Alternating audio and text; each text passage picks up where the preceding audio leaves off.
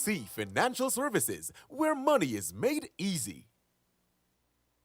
Everything you want, everything you need, got the taste you love, anywhere that you may be, is the Caribbean flavor. Shirley biscuits make me happy.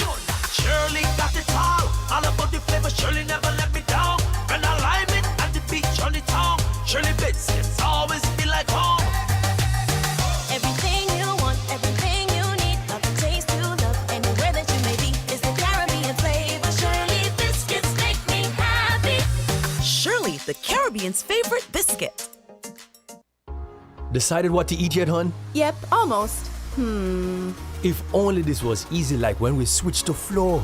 Best decision ever. Combining our mobile with Flow Internet Saving hundreds each month on our mobile. and getting double data to share for up to 4 lines. My ideas are the best. Any idea when you'll make this decision? Yeah, soon. Switch to Flow Postpaid and sign up for internet for big mobile savings and double data as low as $80 per line. Visit discoverflow.co for details. Conditions apply.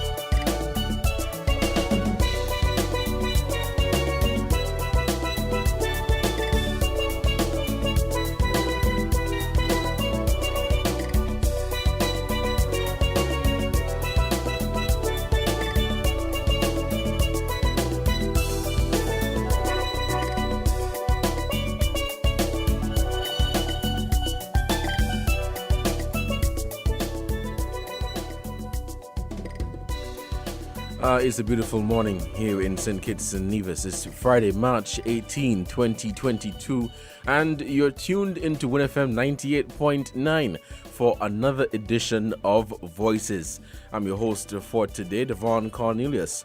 Thank you so much for joining us.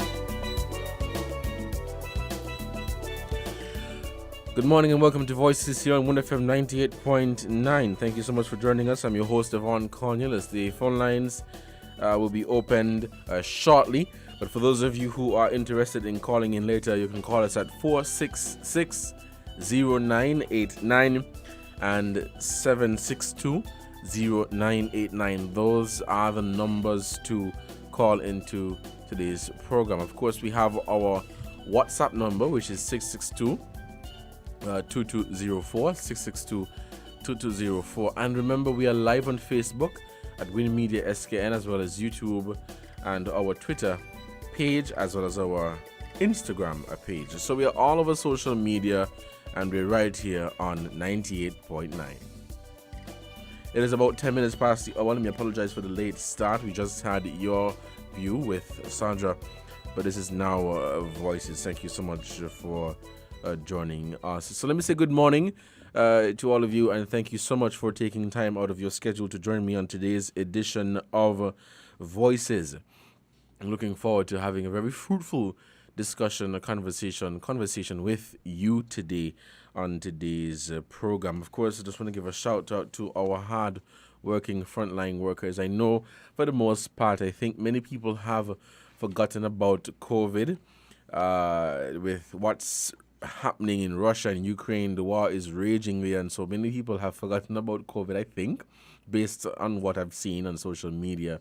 But I just want to give a shout out to our frontline workers. Continue to work hard, continue to do your best in terms of the management of COVID-19. Thank you for all that you're doing. We are in the sports season, particularly on the island of Nevis. A number of sporting events or sports meet they have been held over the past few days, and they're still in the works. They're still happening, that is. And, of course, with the big announcement of the Inter-Primary Championship, the Gulf Insurance-sponsored Inter-Primary Championship, which is a large sporting event on the island of Nevis, and absolutely this is something that people are looking forward to. So we are outside, everybody is outside now, and we're enjoying ourselves, of course, within the context of COVID-19. We're wearing our masks, we're social distancing, we're doing what we're supposed to be doing.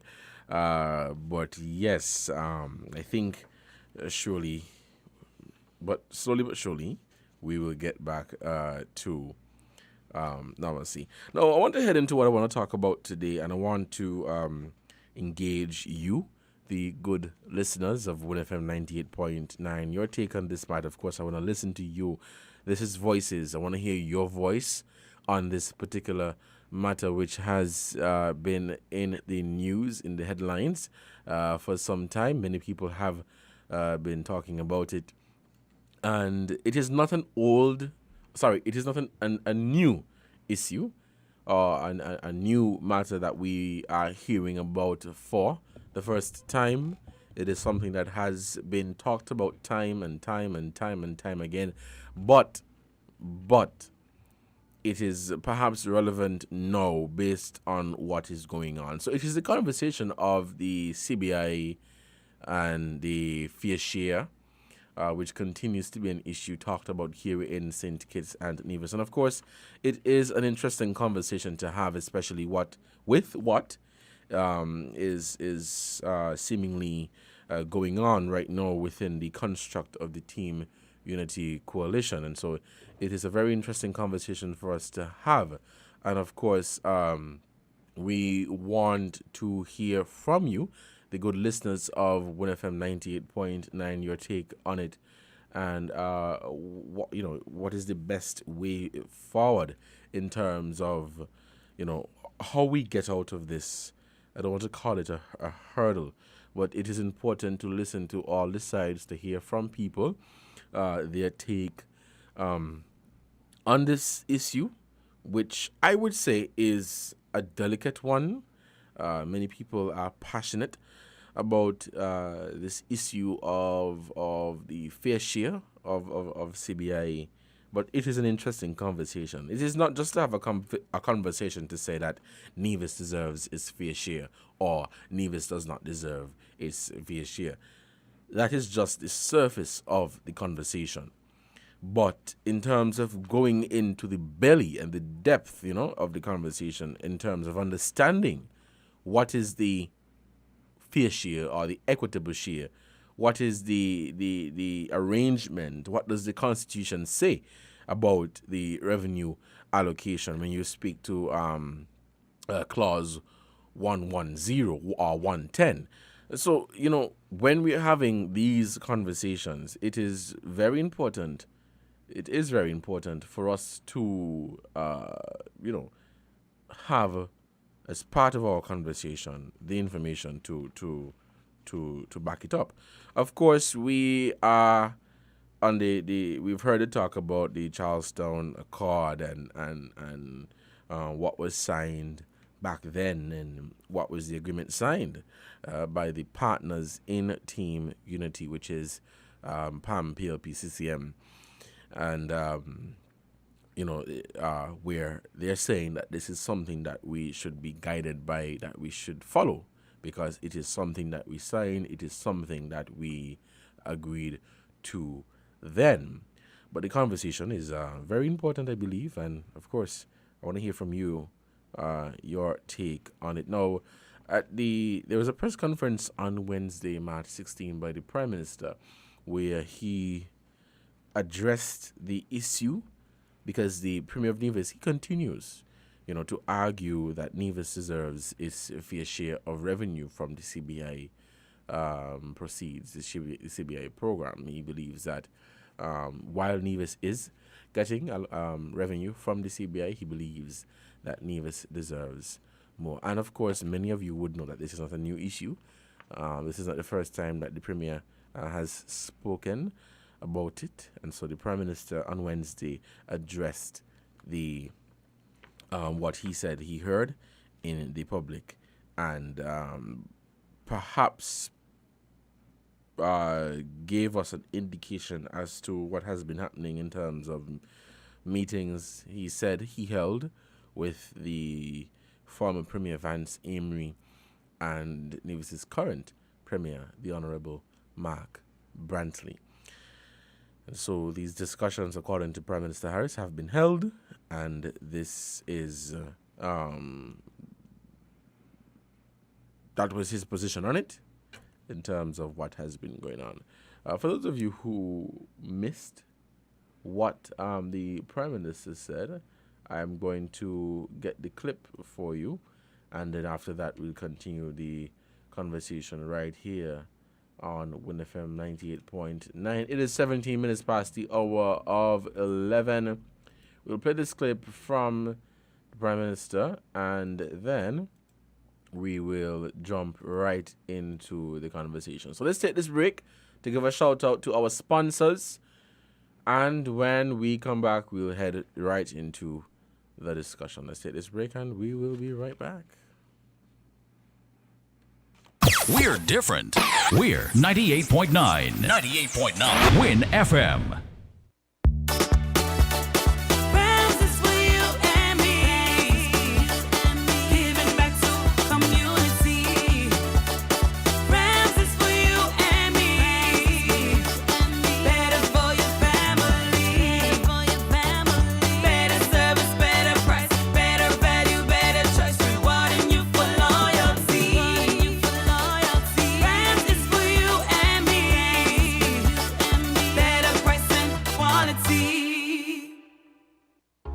Decided what to eat yet, hon? Yep, almost. If only this was easy like when we switched to Flow.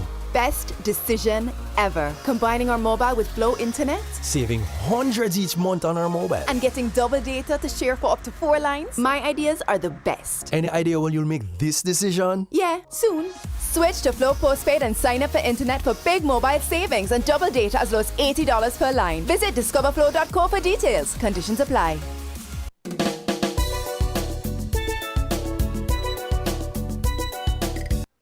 The question of the fair share, no one for the record has ever brought to the cabinet the issue of the fair share. There is no cabinet submission, no cabinet memo in relation to that. There have been public expressions of it, but it has never come into the cabinet over which I preside up to this particular moment in time. I would want just to say one thing, because I intend to address this in a substantive way. And I didn't intend to address it now. That is why I did not put that in my speech. But somehow there appears to be the view that is Dr. Harris, whose father is an Nevisian and whose mother is a Kittitian, somehow want not to give somebody their fair share. Nothing further than the truth. Indeed, if the truth be told, every arrangement which we have made in relation to allocations to Nevis, they have come after presentations have been made to me by the premiers of Nevis in regard to this matter. Premier Amory came, we had a discussion over what he had proposed, what he thought then was reasonable. When Premier Amory left the political scene, Premier Brantley came, made a proposal to me. We had a discussion, and I agreed after consultation with our experts about the sustainability of the program that we will undertake to increase the allocation to Nevis by 50%. 50%, a dramatic increase from $30 million where there was none, zero before, to $45 million. 50%. I have never been unreasonable with respect to this matter.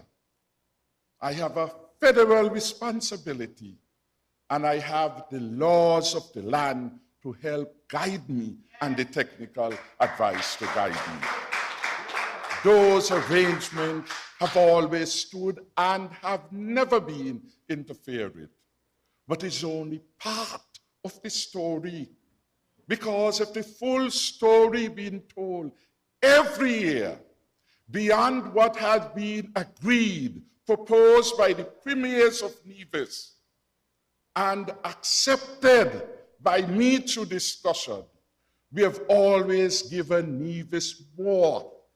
You must bear in mind that there are programs which we introduce, which we implement on the island of Nevis. And those programs are being paid for, not out of the allocations that we send over, but out of the federal resource. So in addition to the 30 million then, the 45 million, then we have to pay millions of dollars for the step workers over in Nevis, for example. We have to pay millions of dollars to our citizens in Nevis who are on the path. We have to pay for the peace program in Nevis, managing Nevis. And in addition to all these, in fact, we pay for pharmaceutical supplies because it is one country. And so when the medicines and all of these are needed, the bill comes to the federal entity and we pay them. Because if we do not pay, and perchance we were to get in arrears, then the entire country will be affected. We haven't been making a song and dance about this because it is not my style as a leader to engage in public discussion over matters that ought to be dealt with in the confines of our office. It is not my style, and I will not begin to do that. But you have to understand the context, because that aspect has never been told. Never been told.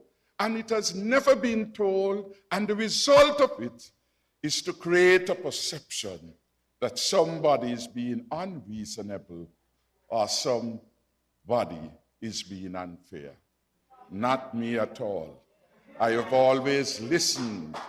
I've always tried to make the right decision, not relying only on my wisdom, but the wisdom of persons who have been in government for a very, very long time. And I would wish, and I've been saying this to the premiers, let us get the experts, because perhaps if I were to do something, somebody will say, well, you have your agenda. If you were to say something, let's get an independent person of acceptable repute, internationally, regionally, to come in and to look at what we are doing and give us advice on the way forward. For me, this is critically important. If we were to have an enduring settlement for a period of time, we must not lose sight of the fact that Clause 110 of the Constitution is the supreme law of the land, and it sets out how monies are to be distributed within the federal entity and the Nevis Island administration. That is part of what we have to contend with when we attempt to do things. And there is some wisdom in the formula that has been outlined by the founding fathers. In it, they recognize you can't just look at revenue. The founding fathers say if you want to do a proper allocation, you have to look at the costs. And it makes sense, because you can't have revenue without expending resources to get the revenue. And therefore, that has to be deducted before you could make a determination about what portion will go there of the net. It's simple. That's how we work in corporation. Gross, net.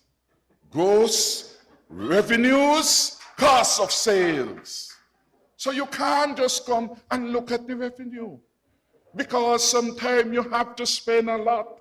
Marketing, traveling, staff operation, all those are critical elements in determining, in the end, the net result.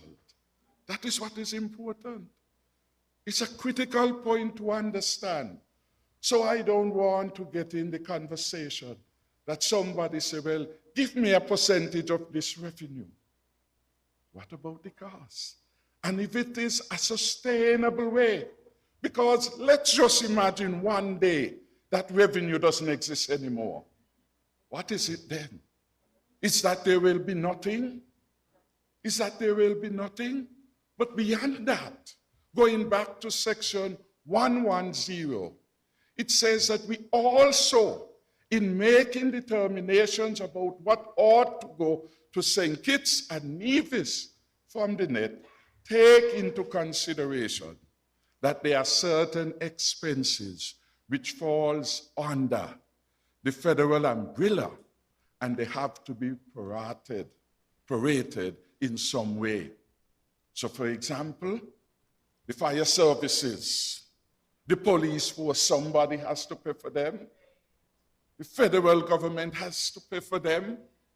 But the Constitution says that these shared services, if you will, have also to take part in the accounting of the distribution. And that formula had worked maybe for a year or two. You need to understand and do the research why he ended. Was it the federal entity who said, I don't want no more 110? Or was it the NIA which said that then? And why? And all I am asking for is let us do the right thing by the people, do the right thing by the Constitution, get the expertise, and therefore we could have this kind of discussion no more, because it will be settled properly. I will tell you this, up to maybe last week, the Premier wrote to me, or in January, and we had an exchange of letters regarding a request that he had made for a further increase in the amounts. I wrote back to the Premier and I said, Premier, I would like to meet with you next week to discuss these further. And while I agree in principle that we can make an interim payment, we need to have this looked at in a permanent way. Because we can't come after budget have already done and planned, and we come and we say, we need this, we need that. Because it creates some awkwardness at the level of our management of the resources of the state. And so, to me, if we could get it done properly, that it would help us in the medium and the long term. Every now and again, we will have to do review because things will change. Things will change. But we want to do it fairly. So I just want to say there's a lot of work to be done. I said, let us discuss this matter. Because the matter in which we were doing it, in my view, would not lead to the best results. Sometimes you have to go back to the people and they say, Prime Minister, this is a substantial movement. It will affect our evaluation. I say, yes, I understand that. But the people of Nevis today, government has made this request. And how could I be so bad in denial when every leader in the Nevis Island has said that they have had the best time, the best opportunity, the best support under federal government led by Dr. Timothy Harris. It is not fair. It is not fair. And so for us to deal with it properly, we must get the independent people to come and look at all aspects of it, so that we are fair to the people of St. Kitts, essentially, and fair to the people on the island of Nevis. For my part, I will continue to work.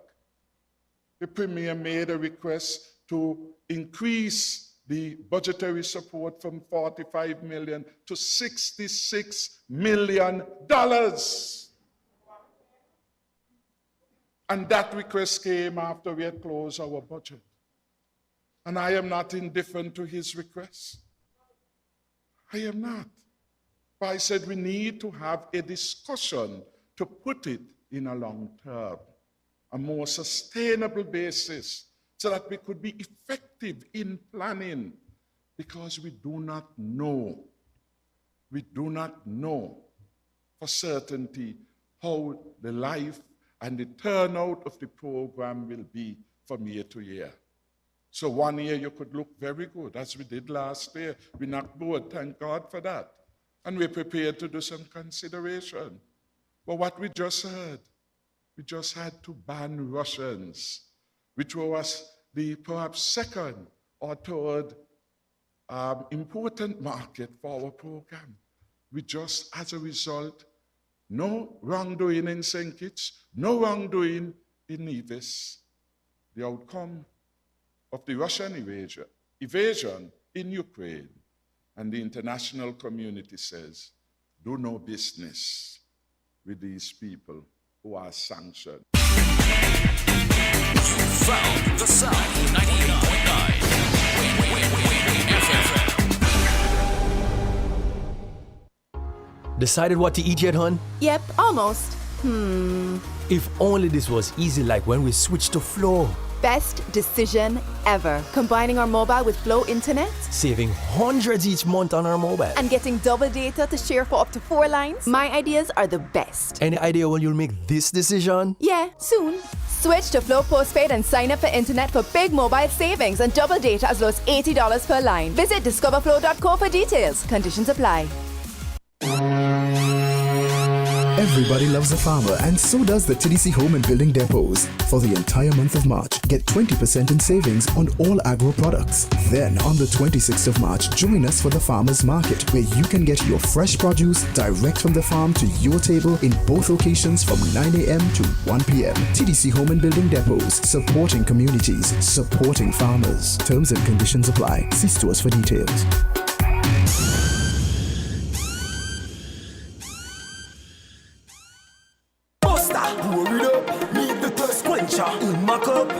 If you have one, hold it up and say, Bust the brother colors in my life. Refreshing and nice, and I drink that what we like. But stand full of vibes, living full color. I know black and white, we do what we like. We live to enjoy life. Buster, pour it up, different flavor. Load it up.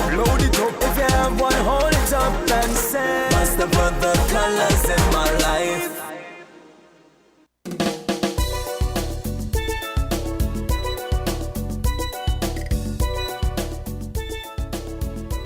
All right, welcome back to Voices here on WINNFM 98.9. We have our first call for this morning, so let's head to the phone lines. Caller, good morning. You are on the air. Good morning, everyone. How are you? I'm good, thanks. What about you? God, it's Friday. Yes. Yes, I fully understand what the Prime Minister is saying, but what happened to me, I would have given 3 of them in it. I would have just given 3 of them the wheel and the drive. And who drive the country over the hill, well, that would have been the business. Because they would have got to find a way to fight to bring it back. Because what happened, if he done gave him that amount of money, 45, he asked for more, a little more, and put it up higher. Well, what he doing with the money? And our people wanted to know. You see, he come and he giving us one story, but it is another. I think before this thing get out of hand, they should have gone back around the table and sit down and start putting it in the public. Look like a, long-term nigger business ask your mother, you wouldn't know about that. But yeah, the man here coolly. And is that like he used to be out there doing, just to listen for a little song from your house? You hit your girlfriend and slap and she run out. And he gone with it Christmas. So in the end, he used to come like a big show, laughing stock. And as for big people, they need to survive. And I understand now that he also paid for the peace program over there. So I work out now. I say, well, with what he gave him, what he does give him, not give, what he does give him, so what he know with them, they add up. If I say 150,000, Devon, you give me 45. Remember the other 5 is because I give you the money for the peace. I just give you other money to, for the step program. So that maybe adding is to work it out how you could get it to work and don't squander it. Take it like your mother give you a $10 a Devon when you go to school. This is how you spend it. 5 this morning, break time 10 o'clock or 10:30 and 5 for lunch. 5 lunch time. You watch your other friend because they got $20 and spend half your $10 at break time. So what you gonna eat 12 o'clock? We used to get penny Devon. You used to get penny. Hate me and penny. In the morning, about 10, you turn 30, 10, you spend your break time. The 1 cent. In lunchtime, you spend your penny because you want bread and marby in them days. You could have get 1 cent. You wouldn't know them days, by one. You get them on. You get them 1 cent, this and 1 cent. So, out of your penny now. You get your bread, piece of mackerel in it, and you're going to get Mr. Grand family there, Mr. Grand twin, who in the office now. Yeah, he have a family over there used to run that. Or his grandfather, the gentleman there, whatever. All right. And his son, he had another shop up above them. Yeah. And he said, don't spend half all one time. So I don't know, he need to go and come back to the Prime Minister, and they're going to need to go and sit down and stop putting all this way, sherry around. I understand now what he's saying. If I give you all, well, what is for this and what is for that? No, you still want me to give you another portion. All right, and thank you. That will be for the step and the other program, the peace. No, you got to work out your math. I make you some women, some men don't look women who could spend good money. All right, well, thank you. You run and go buy you everything in clothes and in the afternoon. You say, I forget to buy this and sugar. All right, well, thank you so much, caller, for your contribution. We want to take some more calls on this program, okay? They need to go back and get it fixed. Okay, thank you so much. Let's head back to the phone lines. We'll take this other call. Caller, good morning. You're on the air. Okay, we seem to have lost that caller.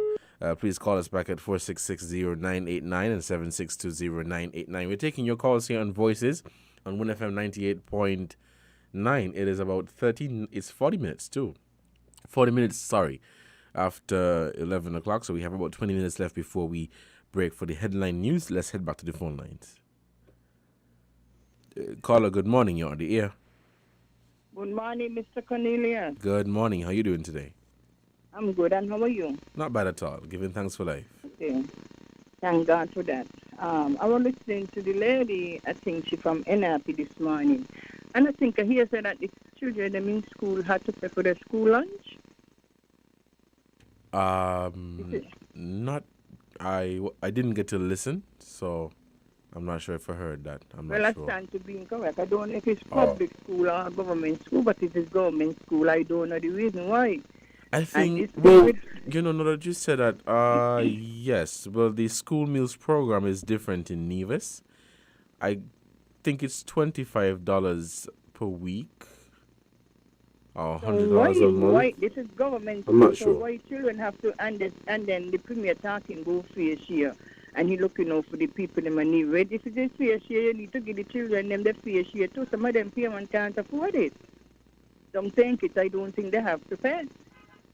I don't know why Nevis paying is one federation, And the next thing with this Nevis getting the fair share, it's just because election coming up soon, so they're using this number as a password again, because over the 7 years, I didn't hear this. I hear this is the best Nevis we're ever doing under the unity government.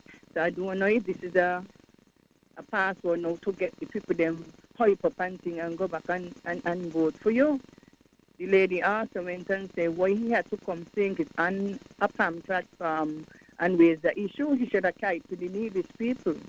You understand? So if you have somebody and they can't spend money, if the government paying for the PAP and the peas, that means the premier has extra money to do what he wants. You understand? Because you have a child in your house and you're paying all the bills and the child working and the child come asking you for money. By right, you're going to concern and want to know what the child doing with their money because they ain't paying no bills in the house. So this raise a good something to look into because what I'm hearing is not right. You know? Some people can't spend money. I believe money afraid mark. Bad. To me, that is how I see it. And I don't think you can handle money. So this is all I have to say. And they should have go back to the drawing board and get this thing started because over the 7 years, this issue never come up. And all of a sudden, it come back up again. Fair share for Nevis. So if Nevis getting the fair share, go ahead to school children them and take them out of paying money a week time for school. That is all I have to say. All right. Well, thank you, caller, so much for your contribution to this program. We're still taking your calls here on WINNFM 98.9. You are tuned in to Voices, and I'm your host for today, Devon Cornelius. Please call us at 466-0989. We're heading back to the phone lines. Let's take this call. Caller, good morning. You're on the air. Good morning, Mr. Cornelius, and how are you? Good morning. I'm great, thanks. What about you? Boy, I'm just here sitting back, enjoying the ride. Okay. You see how that lady sounds so somber? She ain't see this happening 7 years ago. You know, it's amazing. I want to listen to something quick, though. Incognito, you know, they have no respect for our sovereignty. That's what it is. Can the matter be taken to the UN? Have you investigated it? Okay, Mr. Cornelius, listen to this other one, too. What is that? Sorry? Sylvian speaking. Okay. All of our people who are now really in the fight. Some of them waiting for PLP will come to fight back. All the labor people doing it is uninitiated. You know, like those stories in the Bible? When your husband went out, while just... I'll say anymore. You see where she gone? She defending now. She not calling out the injustice and the wrong what is going on within there. And why use that? Mark Brantley is screaming and bawling for his money for Nevis, Mr. My brother there. But what about the same Mark Brantley who was a part of Team Unity, Timothy Harris, Sean Richards, refused to give to the city workers the money? You see how God doesn't sleep, my brother? Mark Brantley was a part of forcing people to take vaccine, telling people to take vaccine. But a lady in Sunny Point who took the vaccine have blood clot in she lungs. Sylvie just in this. She telling us he got consequence. And when you this, but Sylvie a lot of things got consequence. Well, what is your take on the issue of the fair share for Nevis? What do you think about that? Listen again, my brother. I am not getting involved in Nevis and no fair share. Mark Brantley said single people must keep out of Nevis politics. You forget? I have a very good memory, my brother. I've got a lot of friends in Nevis. I don't hate Nevis. I'll be Nevis all the time. But when these politicians do not know the place, that's what I keep saying to our people. Stand up and be counted. That same Mark some weeks ago tell us, keep out of Nevis. Let us talk about fair share, my brother. Because let us ain't talking the truth. When Denzel Douglas bring the World Cup to this country, he asked Vance Amway to be a part of. He said no. But look at Grove Park 22 years later. Look at the Grove Park, my brother. When Nevis had all the test cricketers, look at the name on the park. Mark Brantley has no shame. I don't know if people may getting involved. Because look at Grove Park. When Douglas asked the park would I get fixed up, my brother. Because look at the Warner Park. That was the idea Douglas had. Use the same money we asking for to upgrade the Nevis Park. Van Samby said no because he followed Pam.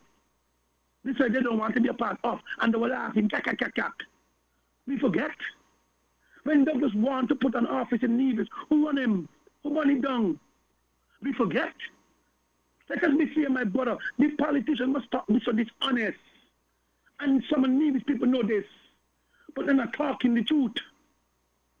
Douglas do everything he can to try to help Nevis. He sent police in Nevis. You remember? Mark Brantley them run the police out of Nevis and the army. Mark Brantley went on to say on Freedom FM, I got the thing still on my phone. That Sidney Wallen was responsible for the crime in Nevis. That was his word, not mine. So anybody was ever willing to help. So they met Mark Brantley in with Nevis for fair share. Like he saying it. Because man, see, all of them need to get out of government headquarters. Sean Richards worked for TDC for years. Sean Richards was in Parliament on the TDC, and Douglas never once stopped him. Sean Richards had free time to go to Parliament and do everything on the PAM when Douglas was in power.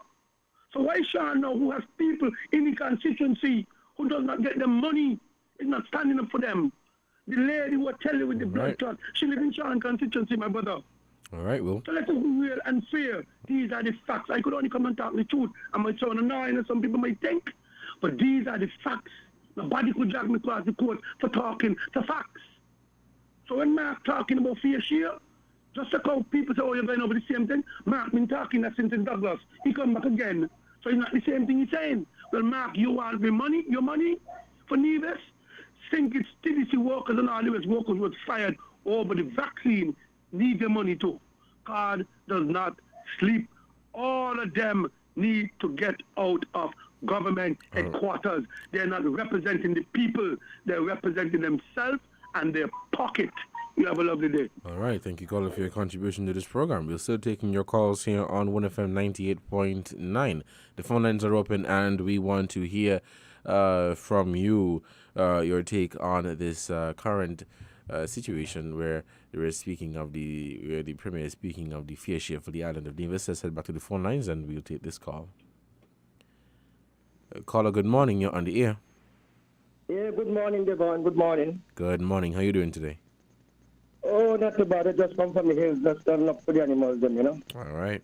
But I guess I'm not that the topic.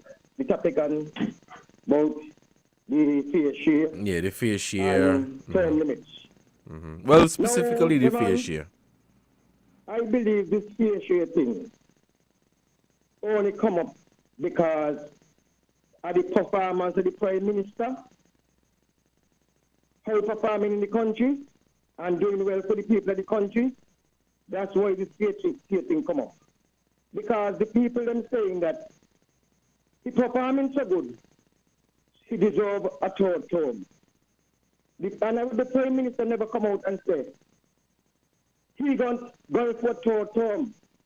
It's the people like Jamdong, Alice, and all of those people calling in and saying these things. And the young people them too. Especially those young people who used to be in violence and killing one another. Those are the people who deserve that this Prime Minister House should have a third term. But you see this fair share thing come up with PAM and the NRP because it's the term limit business. I don't believe it's so much a fair share nothing. You understand? But Mr. Collins is now the PLP, right, have a party, but the leader of Dr. House. PAM People's Action Movement had a party. A leader by Sean Richards. Now they're in a unity collision in government. Now the party then want individuals. If you're in government and a unity government with your party, you ain't performing government, and when the next election time comes and you win this seat, you decide who be the Prime Minister if again the more seat. That's the way unity go. But listen, they make a sacrifice because the Prime Minister 2015, 2014, they make a sacrifice to the Prime Minister. They'll give him to turn up there in the government. And they do that. You understand? Because see what the Prime Minister do. I hear Mark Brantley say they put that because the Prime Minister only had one seat in 2015. But if never for the Prime Minister and Sam Kanda, he'll never get him. CCM government in office. It'll be something else. So we go thank God the Prime Minister and stand with people that know, with what they know. We can't always be negative towards these things because we let you to perform for the people of the country and perform for the constituency people who let you. We are performing, we're never argue with cabinet about fair share and third term and all these things. So like a bunch of little boys trying to embarrass the man in front of the whole world service because it was all on the social media. They mean nonsense. Three political parties come together. All they got to do work. When election time come, work. Can we force people who could decide that they can't get the prime ministership? Not that they win 3 seats again. And maybe a team leader will push 3 seats. And they just say they want a team up and a team up. Who could decide that? Who don't want to be the prime minister? Ignorance by leadership sounds like ignorance. Okay then, brother. All right. Thank you, caller, so much for your contribution to this program. We'll take a short break to give a shout out to our sponsors. Stick and stay. We'll be right back to continue this conversation right here on WINNFM 98.9. This is Voices for Friday, March 18, 2022. And I'm your host for today, Devon Cornelius. We'll be right back. We'll just take a quick ad break. WINN is 98.9. 98.9 is Win FM. Enjoy the convenience of getting all your documents in one place. At the TDC Copy and Print Center on 4th Street in Basse-Terre, we do just that. We offer document formatting, graphic design, and copy and print services. Our team of professionals truly understand all your needs, whether it be administrative, professional, academic, or personal. You bring it, we deliver it with quality every time. Visit the TDC Copy and Print Center today in the TDC Mall on 4th Street in Basse-Terre or call 465-2511. Your copy and print specialists are waiting to serve you. Everything you want, everything you need, got the taste you love, anywhere that you may be, is the Caribbean flavor. Shirley biscuits make me happy. Shirley got it all about the flavor. Shirley never let me down. And I lime it and the beach on the tongue. Shirley biscuits always feel like home. Everything you want, everything you need, got the taste you love, anywhere that you may be, is the Caribbean flavor. Shirley biscuits make me happy. Shirley, the Caribbean's favorite biscuit. Decided what to eat yet, hon? Yep, almost. If only this was easy like when we switched to Flow.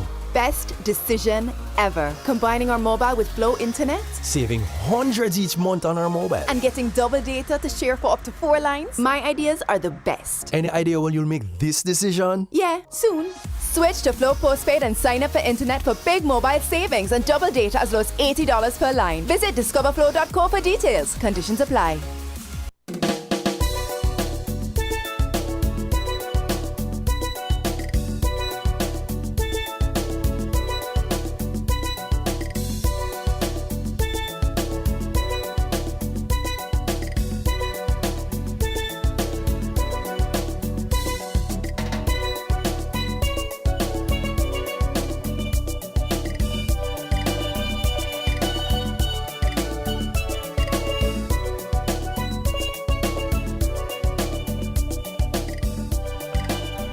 Welcome back to Voices here on WINNFM 98.9. We have about 4 minutes left before we break for the headline news, but we'll try to get in at least 2 or 3 calls before we do that. Call us at 466-0989-762-0989. You're tuned in to Voices here on WINNFM 98.9, and the conversation is, or the topic for today's conversation is the CBI fair share for the island of Nevis, which has been in the news on social media for the past, I would say, 2 weeks or perhaps more. But it is not a new issue. It is something that we have talked about before, but it has since resurfaced. Let's head back to the phone lines and we'll take this call. Caller, good morning. You're on the air. Mr. Cornelius, It's interesting to hear the caller well about say if it was not for Sam Kanda. But he never said that 7 years ago how to treat Sam. My brother, people paying attention. All are you spilling all your guts. Now you're saying today, if it never for Sam Kanda, there will never be no unity. I can't believe I hear that come out your mouth. So why Timothy treat Sam Kanda like that? You see the facts coming out, my brother? There was no respect for Sam. You talk about disrespect. My brother, look at how Timothy treat Sam Kanda. Where was the respect? Where was the respect for Sam Kanda? None, absolutely none. You and all recording in the radio. I'm lashing out on Sam. You change the tune now. That is why we got to be consistent, my brother. Cornelius, the people have to be consistent and be true to themselves. How can we trust that caller now? It's what he just said. God is in the midst. Everything that's been done to the ordinary people in this country is coming back in Timothy's face. Let's talk about this with the other brother. All right. Well, quickly, we want to take some more calls before we break for 12. Go right ahead. Yeah, thank you so much, caller. Let's take this other caller. Yes, good morning. You're on the air. Mr. Cornelius. Hi, good morning. Prime Minister ain't do Sam nothing. Them they do more harm to Sam than what the Prime Minister because he used to cause Sam and talk but he want back his vote. He need to when people talk just move away and come up with his own affairs. He need to pay him money, I agree with that. But don't be taking out your frustration on people. All right, and thank this you. thing with the school meal in Nevis again, I think he need to look into because his mother they had a $25 per week. The children can't eat in school and it's not free. And it really, really raise a red flag. No government school supposed to pay for no school lunch. If you ain't paying in St. Kitts, you ain't supposed to pay in Nevis. And I think Mark Mansley need to take away that and feed the children them. All that is fair share. The children they want the fair share too. Mr. Cornelius, you have a blessed afternoon. All right, you too. Thank you so much for your contribution. We'll take one more call before we break at 12 for the headline news. This is Voices on WINNFM 98.9, and I'm your host for today, Devon Cornelius. Thank you so much for your contribution in today's program. Let's take this final call before the headline news. Caller, good morning. You're on the air. Yeah, thank you for being the last caller before the break. And I'm going to be short and say that how the people with the knowledge say election coming up in Nevis and Mark need help and he need help with the money, knowing that he already done cook and try to cook the Prime Minister the day after the 2020 election with other people in town. And it's just a distraction. It's a distraction coming on the heels of back-to-back convention where Pam promoted Sean to be the next Prime Minister. Back-to-back convention, they promoted Sean as the next leader. And Mark, on top of that, come back with the same thing that he did with Dr. Douglas Smith to get rid of him, to try to say if he could do the same thing to get rid of Timothy Harris. And Mark, you can feel. I hope you survive what you got to face. Enjoy your day, Mr. Host. All right, Colin, thank you so much for your contribution. We are out of time. We'll take this break for the headline news. But when we come back, we will continue this conversation here on WINNFM 98.9. This has been the first hour of today's edition of Voices, and I've been your host, Devon Cornelius. So we'll be back right after the headline news. But thank you so much for your contribution to this program. We'll dive some more into the conversation of fair share for the island of Nevis, and we'll be referencing the clause 110, which speaks to revenue allocation. We'll look at clause 106, which speaks to responsibilities of the administration, and of course we will be referencing the Charlestown Accord, which was an agreement signed within the Team Unity Coalition, the CCM, the PAM, the PLP. This was an agreement they signed prior to assuming office in 2015 to say that they were going to be guided by this document. Stick and stay. We'll have the headline news, but when we come back, we'll continue this conversation right here on WINNFM 98.9. I've been your host, Devon Cornelius. We'll be right back.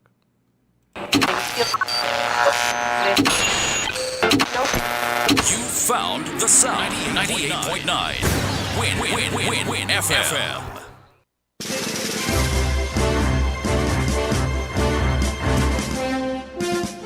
We now bring you the headline news. The headline news is brought to you by Caribbean Alliance, The Grange, KDP Enterprises, Carib Brewery, and National Bank.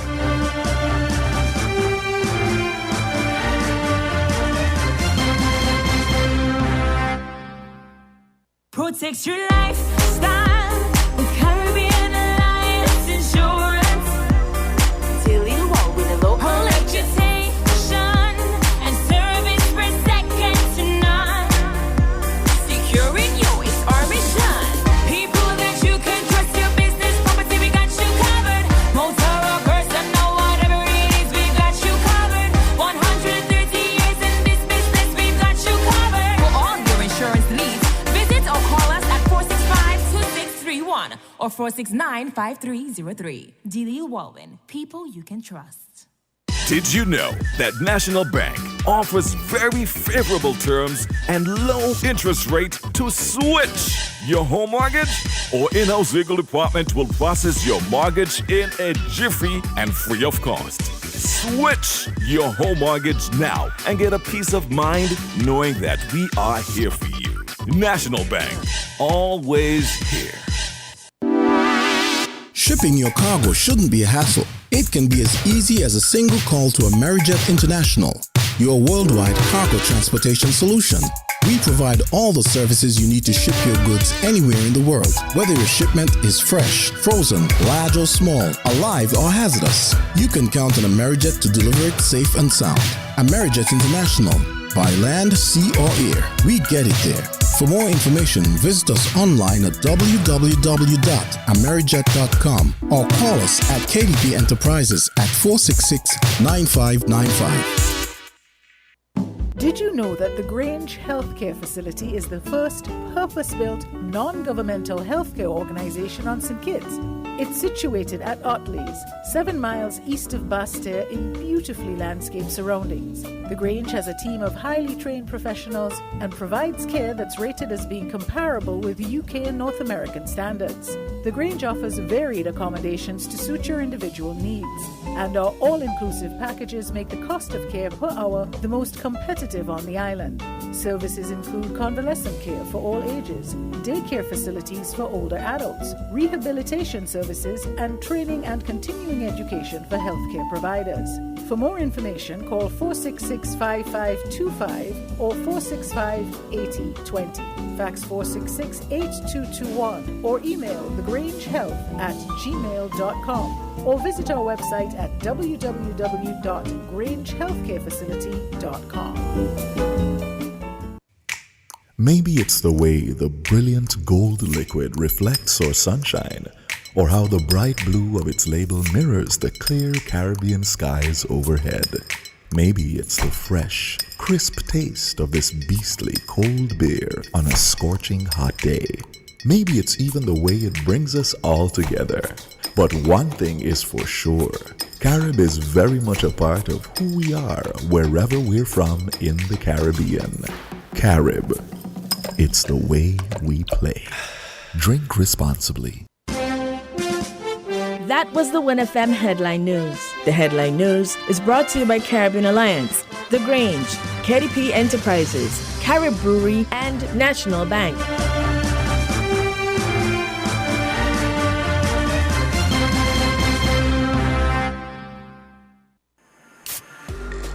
With over a century of perfection behind the Mackeson name, a smooth blend with perfect balance and richness.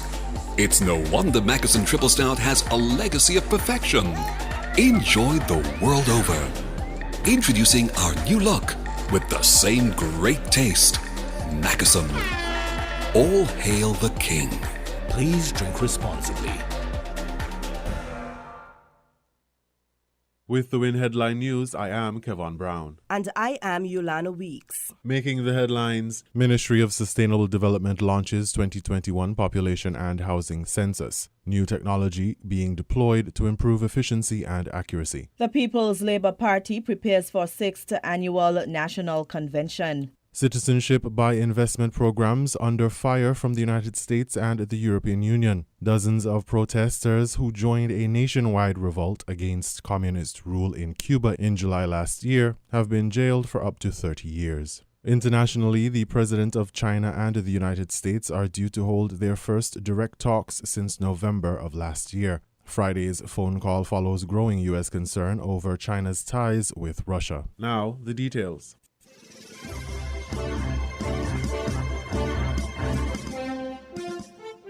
The 2021 Population and Housing Census was officially launched yesterday, March 17th, by the Ministry of Sustainable Development. The theme for the Population and Housing Census 2021 is It's Me, You, Us 2021 Census, and citizens and residents of St. Kitts and Nevis are encouraged to play their role in the success of the census activities. The high rate of transmission of the COVID-19 virus in the Federation last year delayed the 2021 census. Now, with the rate of transmission negligible after the spread of the fourth wave, the census will commence. Why is the census important? The census collects, compiles, and disseminates demographic, social, and economic data of people living in the Federation and informs policies, investment allocation, infrastructure development needs, and marketing strategies within the private sectors.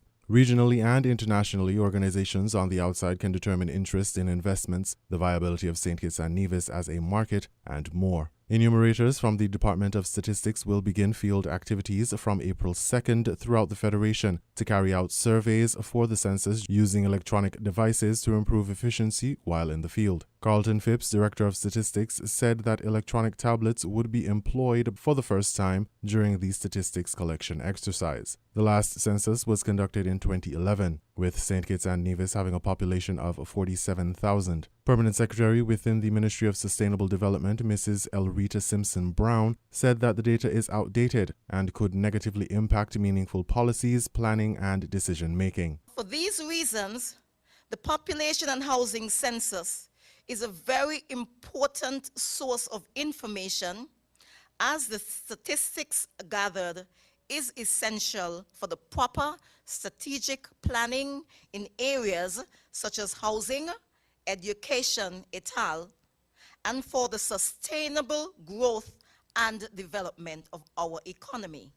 This data is also critical to the Ministry of Sustainable Development, as it helps to guide us as we pursue donor agencies, and it plays a vital part in our decision-making process in the allocation of land, approval of the Poverty Alleviation Program, PAP, and the development of residential, commercial, and industrial areas. An informational booth will be set up next to the BCA on Central Street in Bastyr starting today, Friday, March 18th from 9 a.m. to 2 p.m. and will operate on Fridays for the duration of the census. A Population and Housing Census 2021 drive will be held at the Total Concept parking lot at Bladen's from 10 a.m. to 2 p.m. on Friday, March 25th.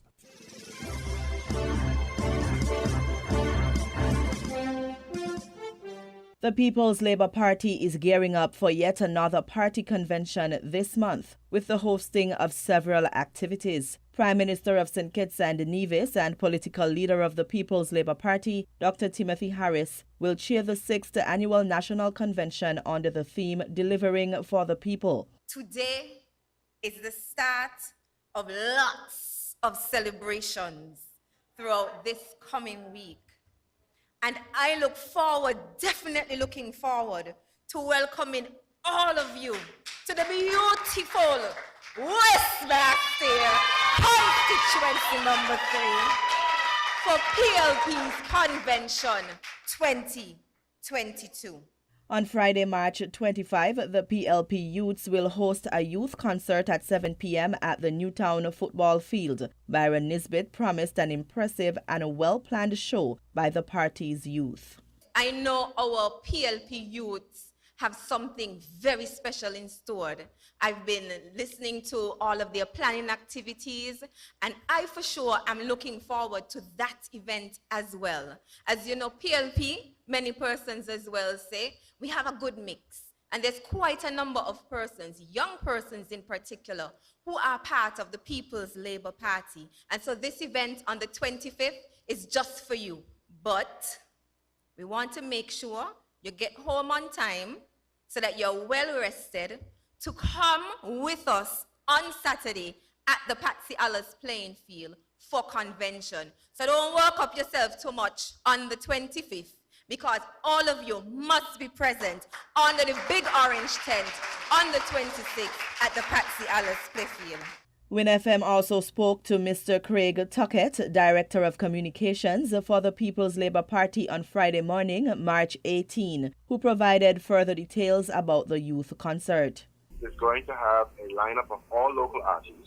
We may have a signature and feature artist, but we will keep that on the wraps.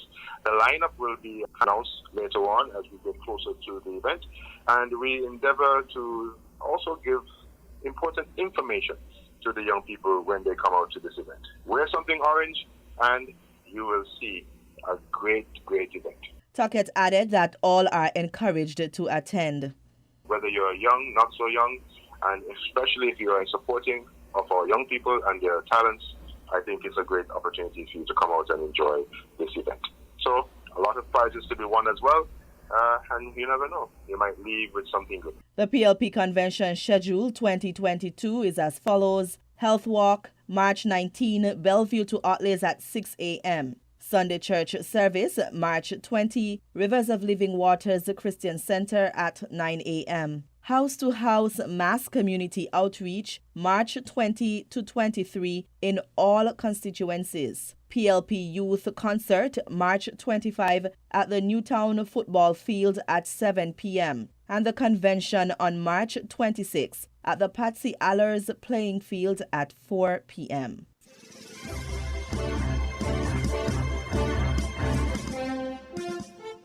In regional news, citizenship by investment programs under fire from the United States and the European Union. ABS Antigua has more. The No Travel for Traffickers Act seeks to ban countries that sell passports from participating in the U.S. visa waiver program. Caribbean countries, however, are not included on the list of countries benefiting from visa-free access. Where the legislation could affect the region, however, is in its intention to, quote, cooperate with the United Kingdom and the European Union to eliminate Schengen area visa-free travel for countries that sell passports, end quote. A month earlier, in a sitting of the European Parliament, CBI programs were deemed a risk. Quote, third country nationals can purchase citizenship of those third countries with the sole purpose of being able to enter the Union without any additional screening, end quote. The European Union has also expressed its hope of seeing citizenship by investment programs phased out entirely in years to come, or it would impose visa restrictions on participating countries. Holders of this country's passport benefit from visa-free access to all 27 members of the European Union in the Schengen area. Given the announced potential threat to the program for the discontinuation of the Schengen visa, it would mean, therefore, that we would have to look to other markets to be able to keep this particular initiative valid.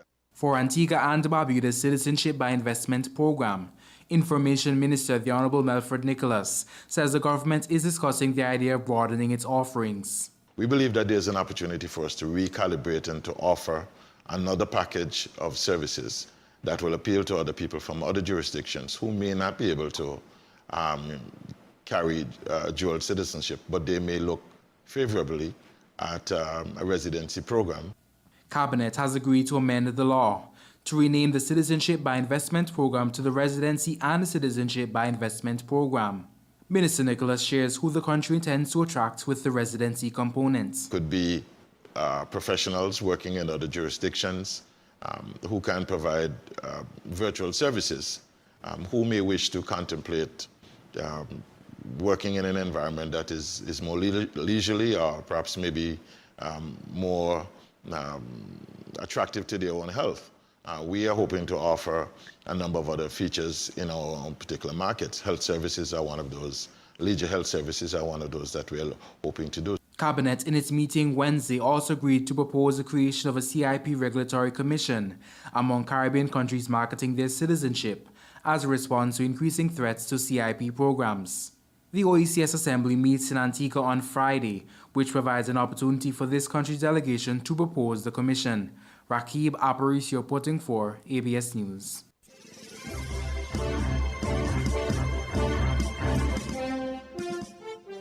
Dozens of protesters who joined a nationwide revolt against communist rule in Cuba in July last year have been jailed for up to 30 years.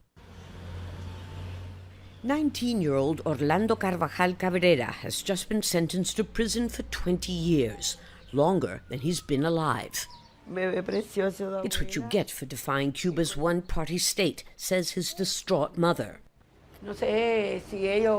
I imagine it wants to stop people from continuing to protest so they won't take to the streets. All I know is that my son's sentence is too extreme for a young man who only threw a few rocks. He had a lawyer, but the sentence was already predetermined. Carvajal was among the thousands of Cubans who took part in unprecedented nationwide protests against the communist government 8 months ago. Amid a severe economic recession, they demanded better living conditions and freedom. Of the 790 protesters arrested and accused of vandalism, sedition, and public disorder, so far 127 have been tried and sentenced to between 4 and 30 years in prison, in many cases longer than for far more severe crimes. 19-year-old Daniela Alejandra del Campo's husband, Yaciel, is one of them. He's losing all his youth, his life as a youngster. He says he feels like dying. The vast majority of the accused are young people. So far, only one person has been acquitted. While the prosecution insists that due process is being guaranteed, family members and activists charge that the trials lack transparency and that the penalties are disproportionately long and harsh. President Miguel Díaz-Canel accuses the United States of inciting the mass protests. The harsh penalties against them send an unequivocal message to disgruntled Cubans that there is a high price to be paid for showing it publicly.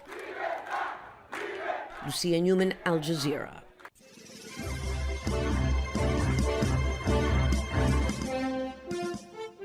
We now bring you these international reports. The leaders of Russia and China could not have been more explicit about their relationship when they last met, 3 weeks before the conflict began. Vladimir Putin and Xi Jinping declared it was a friendship with no limits. One expert says that means China will stand by Russia. I don't think China is sitting on the fence. China is supporting Russia, basically. It tries to be diplomatic, but given the gravity of the circumstances, I think being neutral means a form of support. Xi and Putin have met 38 times as national leaders. It's not known if Xi was made aware of Putin's plans for Ukraine at their last get-together. But there's clarity on one issue, their shared aim to create an alternative to the current world order. China has cast itself as a neutral player in the conflict, abstaining from a United Nations vote condemning Russia's invasion, yet is in a unique position to mediate. Absolutely. I hope so, and I believe so. Why? Because China has good relations with Russia on the one hand and with Ukraine on the other hand. And China does not have a stake involved in this military operation. And China is objective, and as China is also neutral. China's foreign minister insists his country respects the sovereignty of all nations, including Ukraine.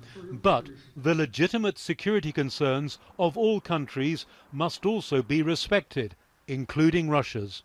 My assessment is that it will most likely continue this diplomatic dance, sort of saying that sovereignty is important, but at the same time, de facto, supporting Russia, providing economic assistance to Russia.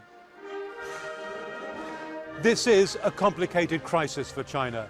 Despite its close partnership with Russia, its economic future depends in large part on good trade relations with Europe, a Europe that's now united behind tough economic sanctions on Russia. And there's an added twist. Last year, China was Ukraine's #1 trading partner. In recent war games, Chinese and Russian troops simulated an attack on a nameless enemy. In Ukraine, though, China insists it's not taking sides, a stance that analysts argue might be harder to maintain the longer the conflict goes on. Adrian Brown, Al Jazeera, Hong Kong.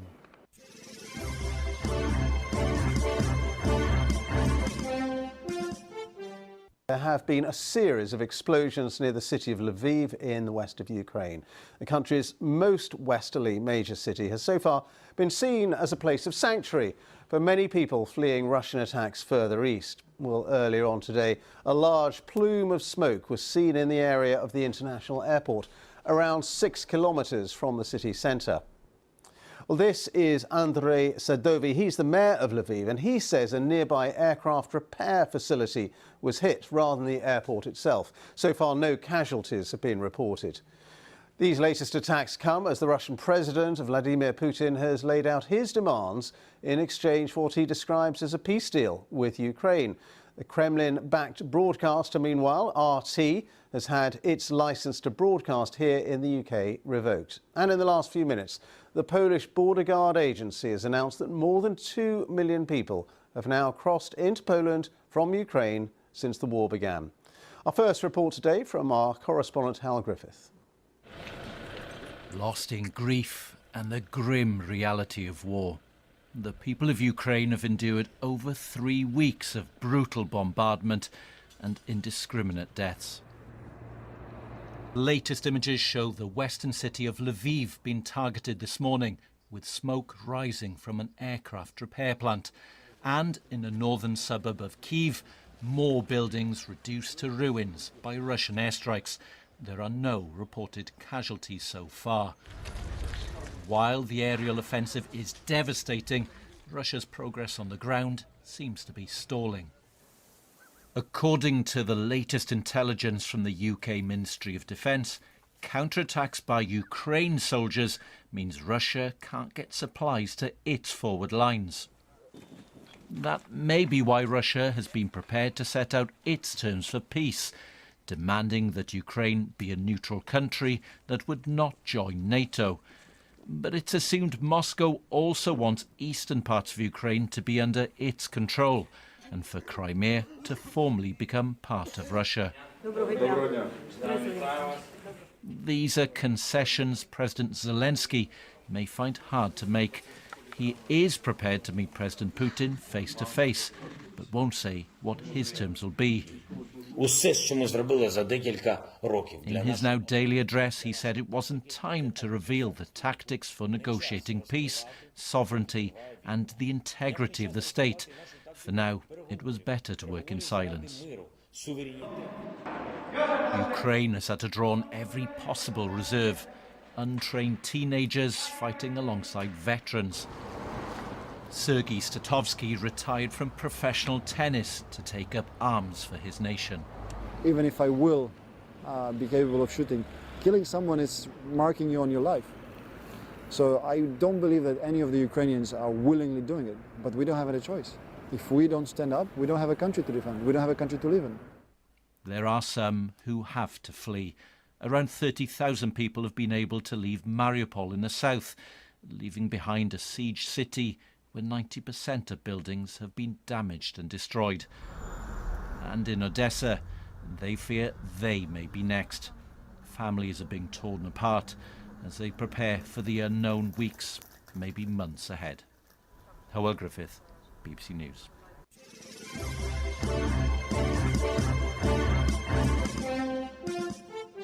The bill is passed. The U.S. House voted near unanimously Thursday to end normal trade relations with Russia and neighboring Belarus. It's Congress's latest effort to reprimand Moscow over its invasion of Ukraine. Removing the two countries' most favored nation trade status means they will no longer enjoy preferential tariff treatment, further isolating them from the global trading system. House Speaker Nancy Pelosi said Thursday the bill would also expand the Global Magnitsky Human Rights Accountability Act, making it even easier to impose further sanctions on Russian officials. Because Putin shows no sign of ceasing his horrible aggression, the Congress today will take another step in lockstep with many of our allies, as is the Biden administration, to tighten our stranglehold on the Russian economy. The House vote comes a day after Ukrainian President Volodymyr Zelensky made an emotional plea to Congress for more support. Only 8 Republicans voted against Thursday's bill, some of whom said the Magnitsky provision gave too much power to the American president. But analysts say the bill may be a largely symbolic move anyways. The U.S. already banned Russian energy products last week, which make up the bulk of American imports from Russia. To become law, the measure must now go through the Senate, where Majority Leader Chuck Schumer says he expects it to pass quickly.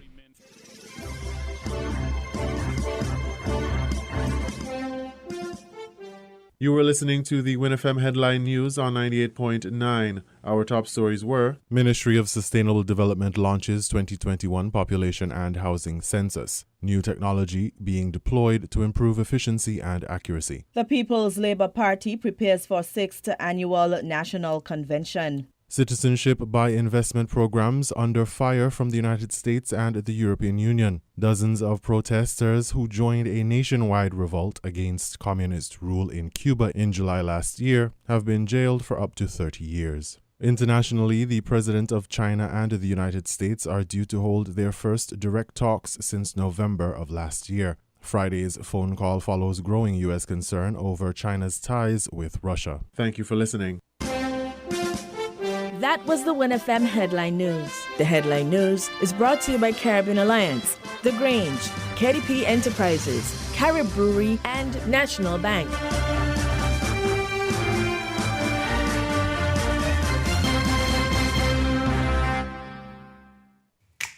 Maybe it's the way the brilliant gold liquid reflects our sunshine, or how the bright blue of its label mirrors the clear Caribbean skies overhead. Maybe it's the fresh, crisp taste of this beastly cold beer on a scorching hot day. Maybe it's even the way it brings us all together. But one thing is for sure, Carib is very much a part of who we are wherever we're from in the Caribbean. Carib, it's the way we play. Drink responsibly. Did you know that the Grange Healthcare Facility is the first purpose-built, non-governmental healthcare organization on St. Kitts? It's situated at Otley's, 7 miles east of Basseterre in beautifully landscaped surroundings. The Grange has a team of highly trained professionals and provides care that's rated as being comparable with UK and North American standards. The Grange offers varied accommodations to suit your individual needs, and our all-inclusive packages make the cost of care per hour the most competitive on the island. Services include convalescent care for all ages, daycare facilities for older adults, rehabilitation services, and training and continuing education for healthcare providers. For more information, call 466-5525 or 465-8020.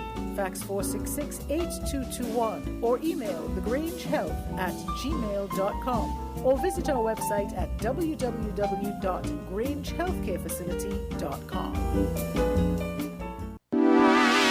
Shipping your cargo shouldn't be a hassle. It can be as easy as a single call to Amerijet International, your worldwide cargo transportation solution. We provide all the services you need to ship your goods anywhere in the world, whether your shipment is fresh, frozen, large or small, alive or hazardous. You can count on Amerijet to deliver it safe and sound. Amerijet International, by land, sea or air, we get it there. For more information, visit us online at www.amerijet.com or call us at KDP Enterprises at 466-9595. Stop standing in long ATM lines to withdraw cash. Use your national debit or black cards to complete a wide variety of transactions at supermarkets, variety stores, gas stations, pharmacies, and more. Shop online at the most popular websites and stores for quality brands using your national debit or black cards. And take back your time to enjoy all the things that you love to do. Remember, instead of waiting in long ATM lines to withdraw cash, use your National Bank cards today. National Bank, always here. Protect your lifestyle with Caribbean Alliance Insurance. Till you walk with a local. Let you take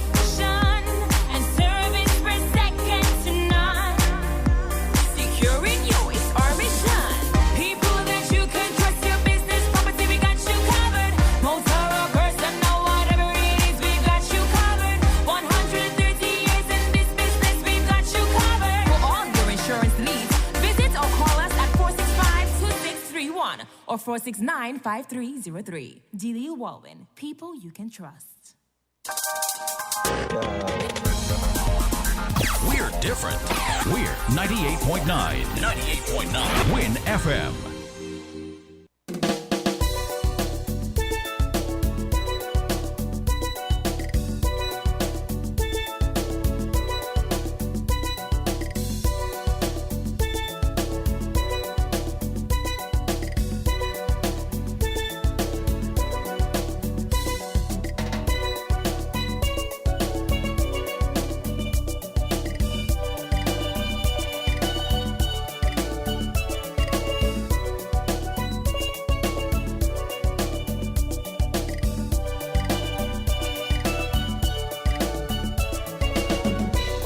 And we're back to continue today's edition of Voices here on WINNFM 98.9. I'm your host for today, Devon Cornelius. We're heading back to the phone lines.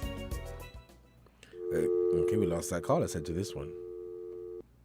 Caller, good afternoon. You're on the air. Good afternoon, Devon. Good afternoon. How are you doing today?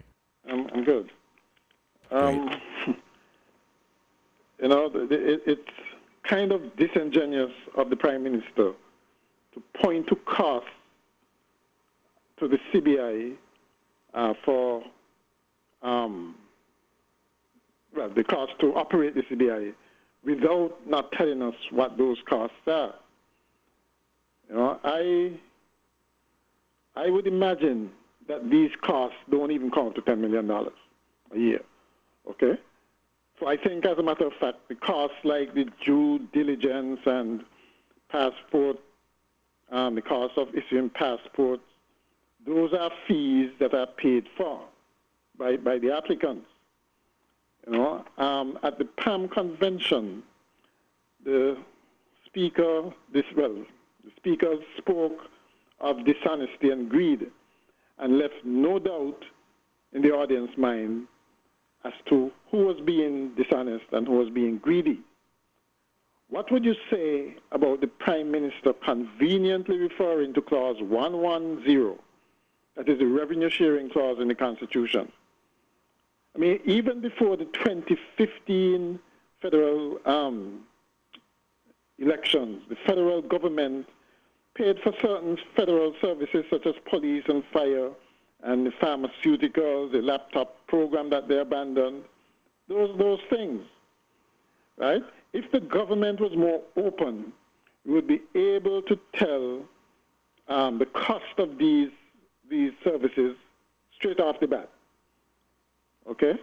And organize deduction, as Clause 1110 suggests, for NEVIS, and give NEVIS the rest of their money. To refer to these after 7 years to justify delay in not paying NEVIS their fair share is nothing short of a provocation. Right? It certainly can't take experts 7 years to come up with a set of proposals for Cabinet to consider. Right? And so to use this excuse that nothing came to Cabinet is a red herring.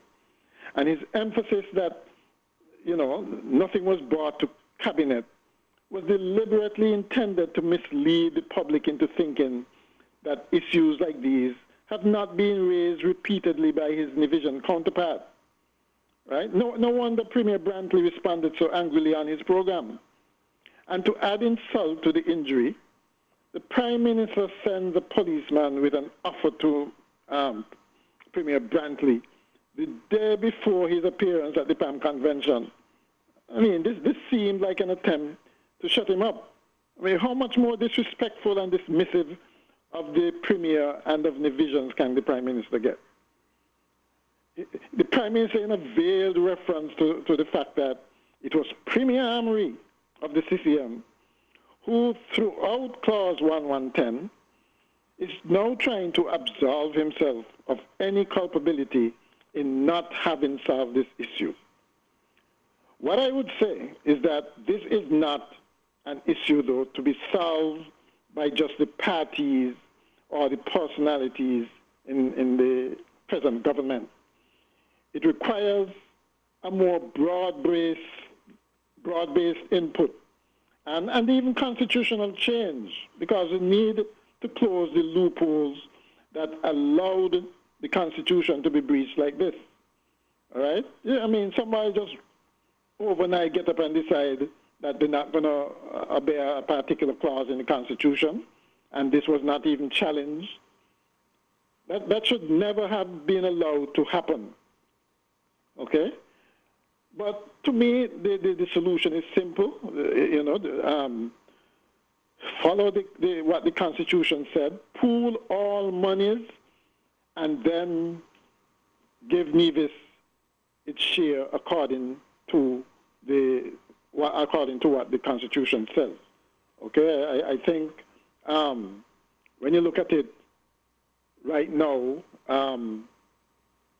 it's what, about 13-1 in favor of St. Kitts, the sharing. When you look at the 28 million, no, not 28 million, it was what, 588 million, okay, as opposed to 45 million for Nevis. I mean, this issue clearly shows the lack of transparency and accountability and openness in government, because it took the events of the past week to finally enlighten us as to details of the CBI, right?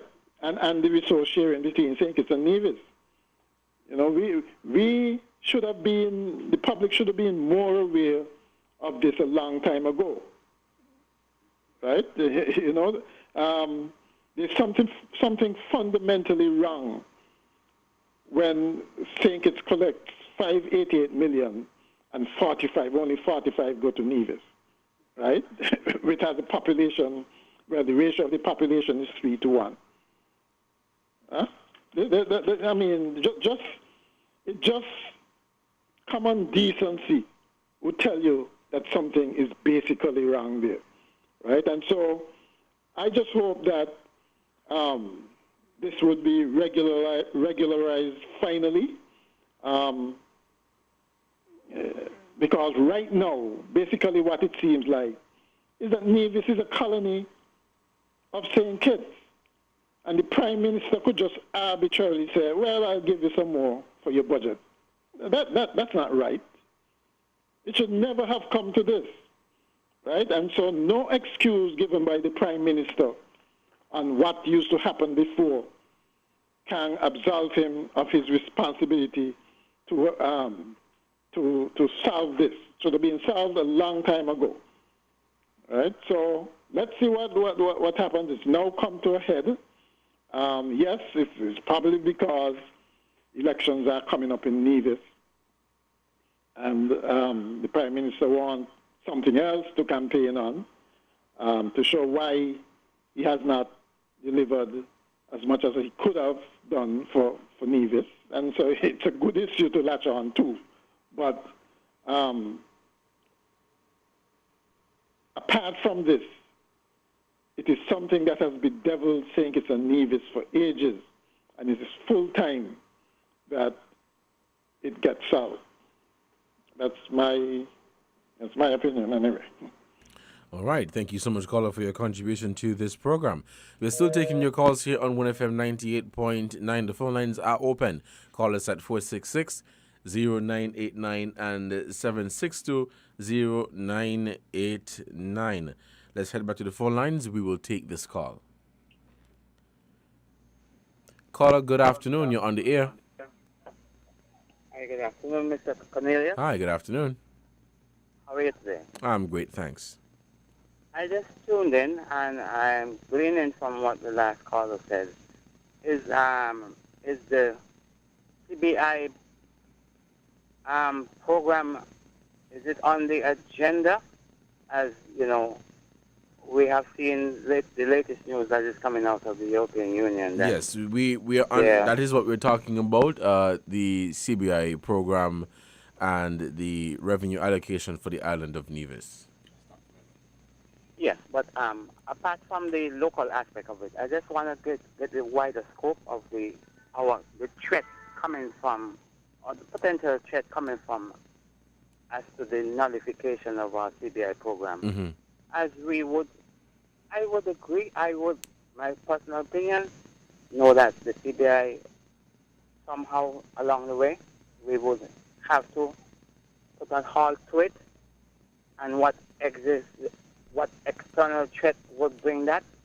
We could have tested the water and see that from the time the Canada issue came up, there should have been a plan B already being implemented in terms of diversifying the economy, and because the CBI really brings in an enormous amount of revenue to our economy. And some figures that are being bandied about that can attest to the enormity of the revenue that comes in. But for the European Union or any other countries, considering it's not just the 6 or the 5 territories in the OECS that has a program of such, and even given the fact that we are just coming out of a pandemic, I think that the European Union has a different agenda by even wanting to include some oligarchs from some certain part of the world, given what is transpiring in the war. Both citizens of Russia and the Ukraine do have our citizenship part of the CBI program. So it cannot just be you're targeting Russia. That is just a ploy, in my opinion, to really get at us. Right. They wanted to do that, and is a way of recolonization and curtailing. We, St. Kitts and Nevis and other islands that are part of that program, we would have been in a more dire situation in terms of our economy coming out dealing with the pandemic. And what must we do? How can we go down on our knees in terms of rebounding our economies in such time as this? Even the more wealthier nations are buckling in terms of that. So the empathy in terms of making these pronouncements as we speak, I think is heartless. Not only that, the United States is going to implement something likewise. It's interesting because the Citizenship by Investment program is not just St. Kitts, Nevis, Antigua and Barbuda, St. Lucia, Dominica, and maybe Grenada, has it? There are some European countries, I'm not sure if they are part of the European Union, those countries like maybe Cyprus and Moldova, just to name a few, that also has it. So it would be interesting to know if those countries are a part of the European Union and what would be the measuring stick. We have seen it how, the World Bank and the IMF would deal with nations, the favorability of one nation against the other. So all of these things are at play, but in terms of our citizens, we should be in unison. Right. Because even though I does not agree with the patrimony aspect of wheeling it, selling it willy-nilly, everyone can admit that this income of revenue, everyone can feel the benefits of it. All right, thank you so much, We caller. are willing to confess and say that. Thank you so much for your contribution to this program. We will pause now with the calls. So I'll close the phone lines for a short while, and we'll continue thereafter. This is Voices on WINNFM 98.9. So the conversation of fair share of the CBI revenue, as I said, has been on the table for some time. The caller just a while ago, that is, raised a very interesting point as it relates to the CBI program, where there's a headline here from the Antigua Observer which says that Caribbean CBI programs could be under threat from the EU. I know most of you have heard this before, but just to give you a little bit of a context, it says that the future of CBI programs in the Caribbean is under threat, with the European Union set to issue what some may consider an untimely ultimatum. Now, last Wednesday, a vote was taken by the European Parliament to ask the European Commission, which can be likened to the Cabinet of Europe, to formulate a strategy asking countries that offer the CBA program to phase them out or face visa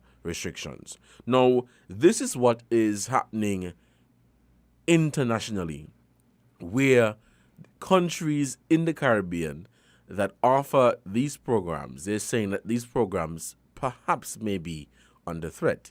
Now, this is happening internationally, but here we are in St. Kitts and Nevis, we're talking about fair share of revenue.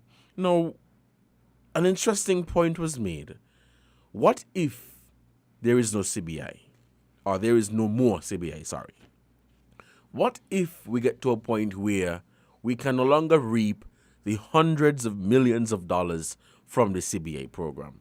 What will we do? I think this is the very important question we must ask ourselves. We must ask ourselves that. So, we would hope that in the midst of all of this happening, that with the news coming out of the European Union, that there will be some sort of, commission or strategy in place to protect this program from stopping. Because both St. Kitts and Nevis benefit from the proceeds of CBI. So while we are having the conversation of getting fair share, will there be any fair share at all? Any money to collect from the CBI program based on what we're hearing out of the European Union? Very interesting, and this is something that all of us must pay attention to. Now, the conversation of the fair share has, as I said, been talked about. And according to the Prime Minister, he is reporting that $45 million is pumped or sent to the island of Nevis on an annual basis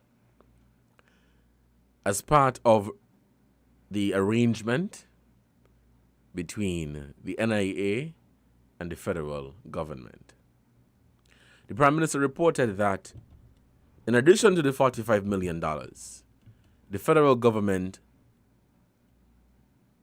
foots the bill for employees or the salaries and wages of the employees of the NIA, NEVLEC, NASPA,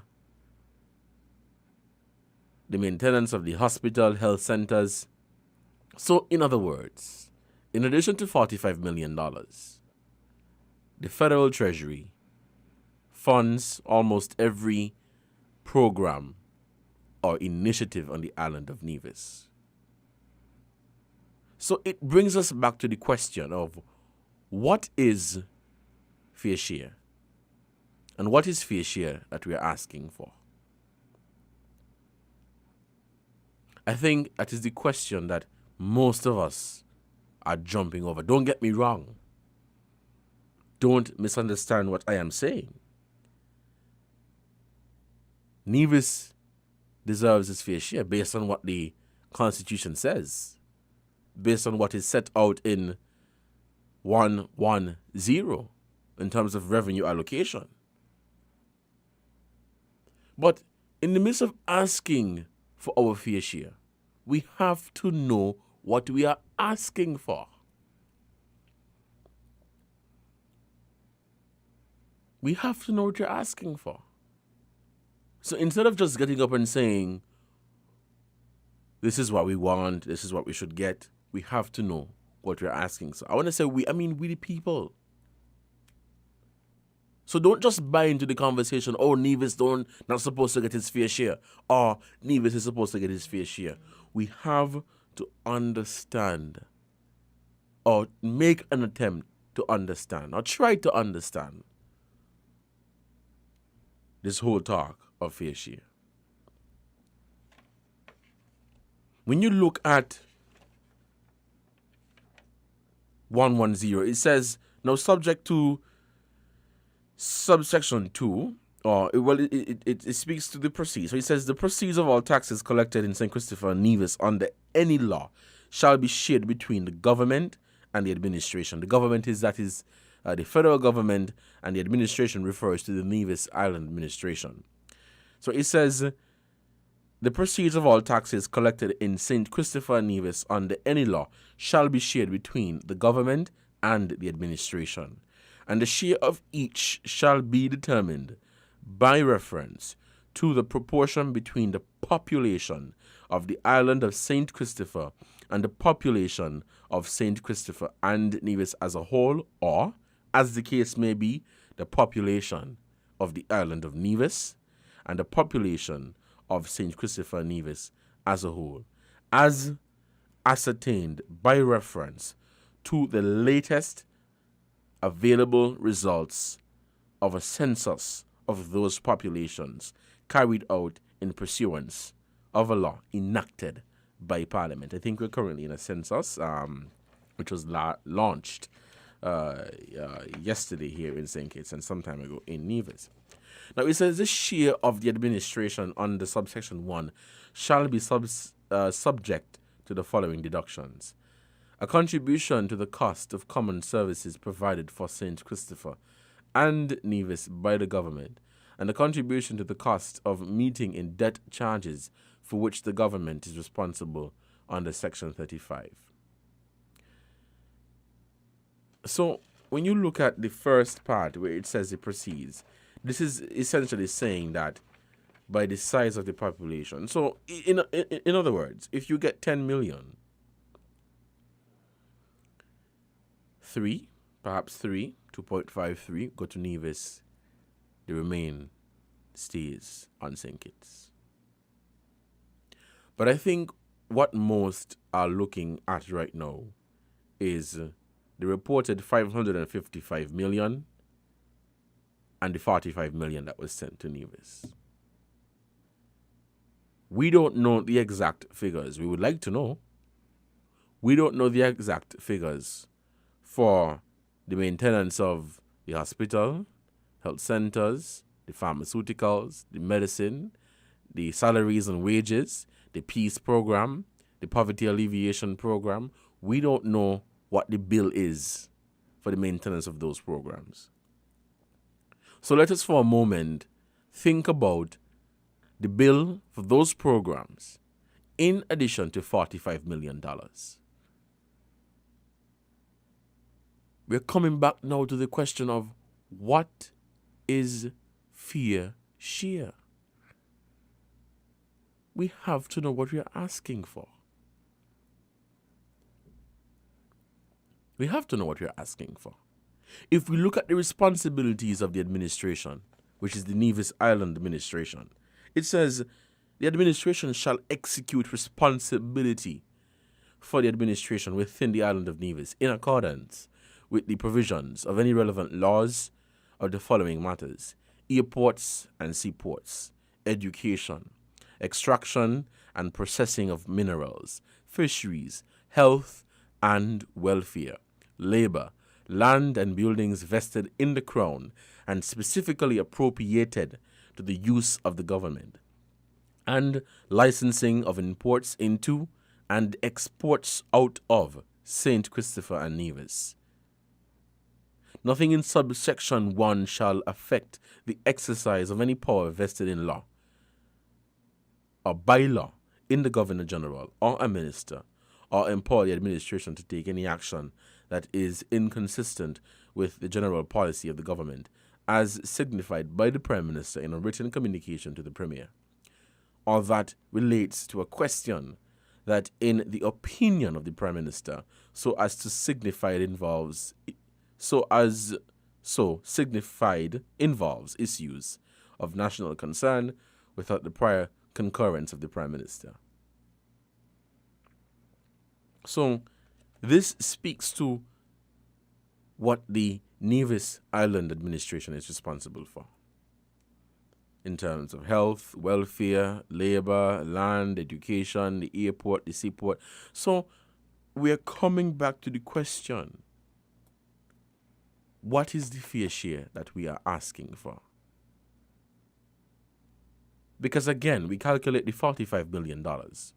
We don't know. Everybody is saying that this is what they're paying for Nevis. The Prime Minister is saying that the Federal Treasury is paying for the salaries and wages of NIA workers, and that the Federal Treasury is funding these programs. The question that we have to ask now is, what is the bill? What is the bill for these programs? So to tout all of these statements without giving us any clear explanation doesn't necessarily help the situation. We want to know. We deserve to know. It is the same for the CBI program. We should not be hearing, oh, one off, now and then, what is happening in the CBI program. How much we made, how much we did not make or whatever, how much passports did we sell. This is the information that should be provided.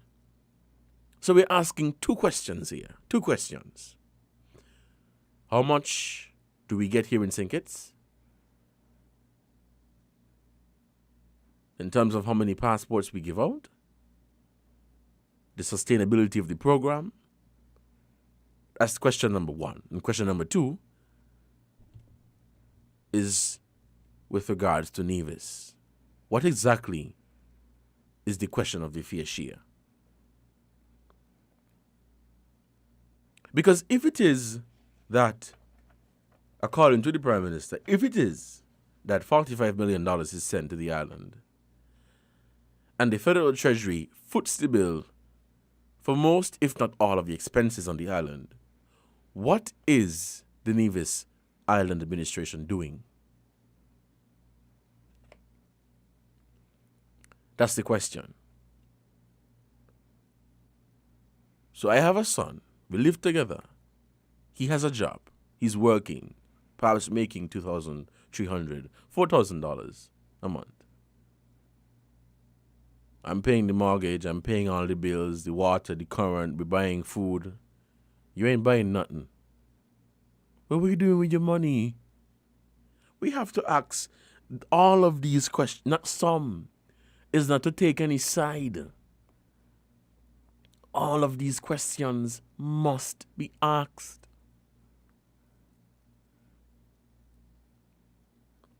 All of them. So whenever we are going to have this conversation about the CBI and the fair share of the CBI, we can't ask what we think we should, what we just to suit some, I don't even know what to call it. We have to ask all the relevant questions. Many of you who are listening today can recall that the media continues to ask the question about the CBI in terms of what is happening with the program, the sustainability of the program. We never get an answer. We never get an answer. But if we're going to ask that question, we have to ask the other question. All of the questions must be asked and answered.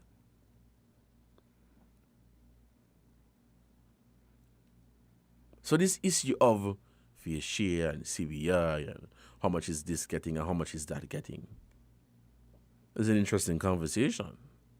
And as I said before, it is one that is not new. It is one that is not new.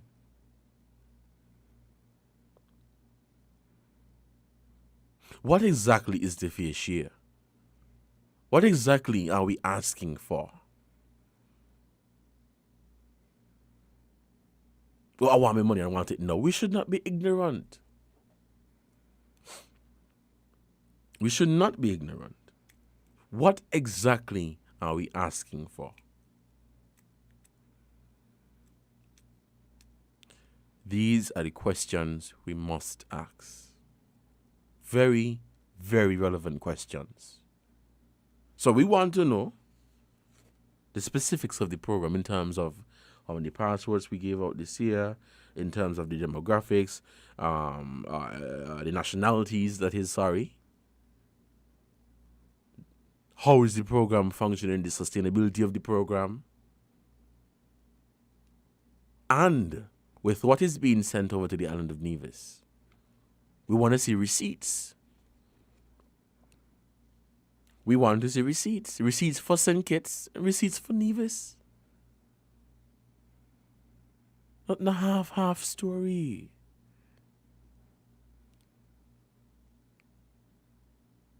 These are the questions we have to ask. We have to ask these questions.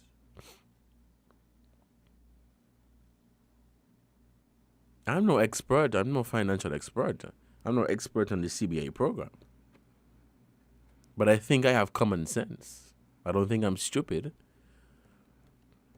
I don't think you are stupid either. You have common sense. We have to ask these questions. The half question and the taking the one side. No. We need to stop it. Ask all the relevant questions. Might offend some people, but that's fine. Life goes on. Life goes on. So the receipts in St. Kitts, the receipts in Nevis,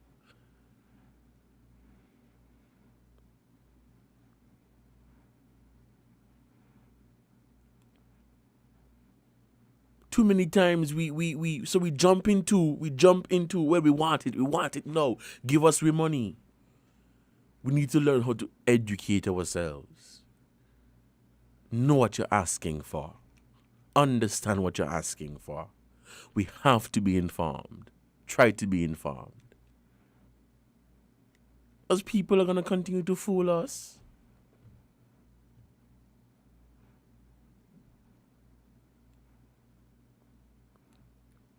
These are the questions that we have to ask.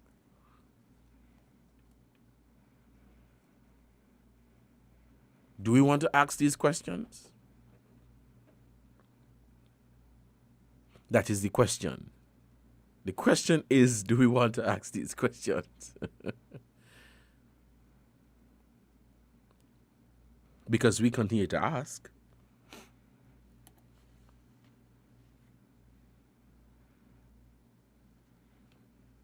A caller made a point in terms of the Prime Minister referring to the costs of operating the CBA program. Now, while he made an interesting point, the caller too made an interesting point.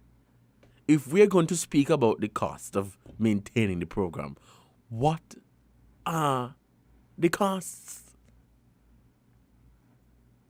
These are the important questions. So yes, we know as it is now, it is the federal government who maintains the program. So tell us, how much did we spend to maintain this program?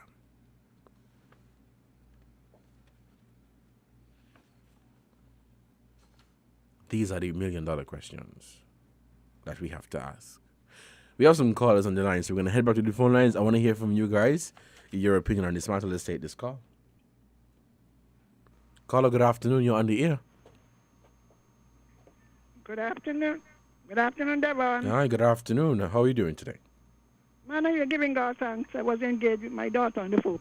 All right. So I missed up, but I heard the end part of your monologue. Now, is there a financial secretary in Nevis? There is a permanent secretary in the Ministry of Finance. I think down here. Yes, that's what they're referring to him as permanent secretary. Yes. Yeah, he's a financial secretary. Now, on more than one occasion, the financial secretary from Nevis and St. Kitts have met together to sort out the things you're asking. Isn't that magic? Because at the end of the day, both accounts are combined. I don't like to talk about myself, but that is the work I used to do. So when you end up with an account for St. Kitts and Nevis, both islands have expenditure and revenue documents. They are online. We asking are already there. Hold up. Where can I go to find them? Online. Where? Under the Ministry of Finance St. Kitts. Okay. And the Ministry of Finance Nevis. So So if let me I go continue. to hold on. If I go to the Ministry of Finance right now, I am going to find all of the information, all of the questions that I had just asked for the CBA program. You know, there is a unit for it. Are you aware that there's a I am separate unit for fully it? aware. Have you ever addressed any questions to it? Questions have been not just the Well, not just the I ask you. CBI. Hold on, let me finish. Not just the CBI unit, but at press conferences for the Prime Minister, which is responsible for finance, the CBI. But haven't you ever thought about going directly to them? Of course. Calls have been made to the CBI unit. I happen they don't answer. Well, no. If they had answered, I would provide information. So let us not No, well, I didn't know that you hold asked, on. no. Let us not for a moment act here like we never tried, Because Well, I don't am know, not that's why going to I come asked here. you. I am not going to come. Let me make it very clear. I'm not going to come here to ask all these questions to suggest that they've never been asked before. Yeah, because when I listen to you, I say a lot of these answers are with the Financial Secretary Nevis and in St. Kitts. But keep telling us that these answers are with them, and we keep asking them, and they never respond. And what do we do? Because if it is that if it is that they meet and they have these meetings about the CBI about this and that, and they never report to the people, then what are we supposed to do? You're supposed to hold them down and bang the information out of them? If you got to, you got to. Now let me continue. Sure, go ahead. Now, the way the funds, the expenses and the revenue are distributed, right? Of course, they are what we call common services that are paid by the federal government on behalf of the Nevis and Island Administration. But remember that they are deducted from the revenue, right? So what you end up with would be the net. You follow? After you would have taken out the joint, I'm following, yes. and the joint expenditure and thing, you end up with a net. It is that net that they share. That's what the Prime Minister was trying to explain. Now, if you deduct it from what I should get, then I am the one paying it. Let me say it again slowly. If the common services are deducted from my share, then I am the one paying it. That's thinking. I'm listening to you, yeah. So, you don't start by adding the 45. You go back because it is possible that they could get more than their share. It is possible they get less. But you must first, now after you've done all the putting together and the subtracting out, you then say, well, we're left with 200 million then, right? Then according to the ratio, then that belongs to St. Kitts and that belongs to Nevis. That is the figure you want. From that figure, you could work out if Nevis got its proportional share or not. It make any sense? Yeah, I'm listening, yeah. Go ahead. Yeah, so it then boils down to that Nevis paid a portion of the step. Because a common service, Nevis pays a portion of the PAP, the police, all the common services. So just to make sure I'm not misunderstanding what you're saying. You're saying that before monies are sent over to Nevis, that portion is taken when out? the calculation being done, deal with the calculation. Right. Because you could get money in advance, right? Because Right. when they get money, they actually get it in advance. Right. So just trying to They get it understand in what you're advance saying. for the calculation. Mm-hmm. What you need to do, or we need to know what was the total that Navy should have gotten. Isn't that so? Mm-hmm. From that total, we could decide if Nevis, if 45 is more or less. Mm-hmm. But do you know for a fact? Do you know for a fact that it was a case where it was supposed to be 100 and they got 45 because That's what a I'm saying. certain You would amount not was do taken the out? Calculation. Sorry? You would not know. So you're saying you don't know then? You would not know until the end of the year. That's number one. Because of financial year. And we are saying if the calculations are done as they should, then let us say it was done for last year, last budget year, right? And they went to the procedure. 'Cause obviously what was happening was that Nevis was given money before any calculation was done. And obviously none was done. So really they don't know exactly what their share is.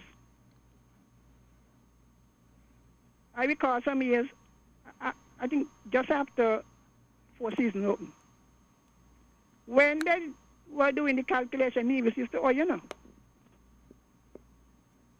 So there was nothing to send over. Are you aware of it? No, I'm not. Thank you for sharing that. Yeah, there were years when there was nothing, because remember that when they started to get the money from Four Seasons, it increased the amount that they had. New businesses sprung up so that Nevis revenue increased because they had to add the revenues and everything, and so the taxes. So when it comes to the sharing, it's not magic. It is done. Look, if I show tomorrow, if both countries decide we're going to sit down together and let our financial secretaries get together and work it out, they get a rough idea. So whether the 45 look like a lot, and it to me it is very I'm trying to find the right word to suggest that we don't know what to do with the money. I mean, you got to be ignorant to don't know. You see things going on in it. So what do you think? No, so, hold on. That is not an ignorant question. It is not an ignorant question. Have you done any calculation? Not you go ahead. personally. Has anybody done the calculation of the works going down in Nevis?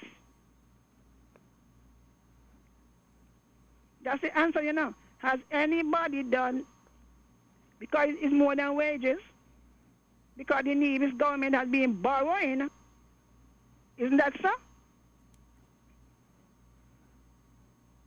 They have been borrowing to finance their expenses. Fortunately for them, they get an advance because they get the wages, right?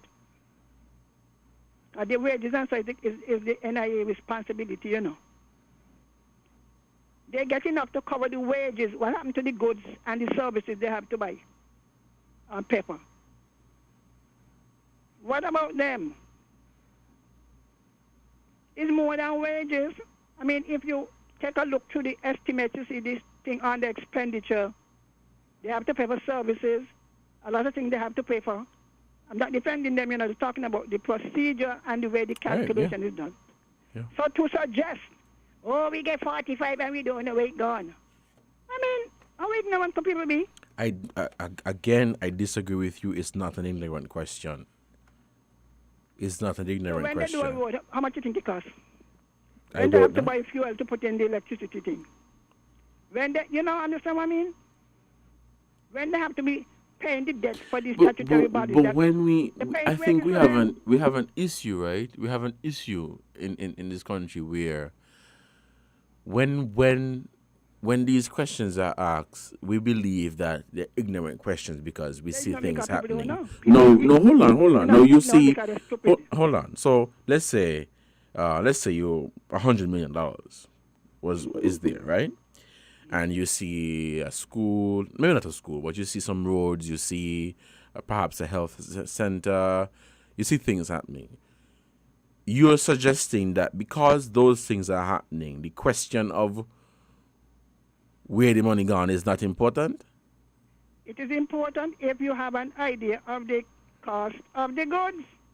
If you don't know the cost of the goods. So how are you going to know the cost of the goods? In the estimates. How are you going to know the cost of the goods? They are in the capital account. Okay.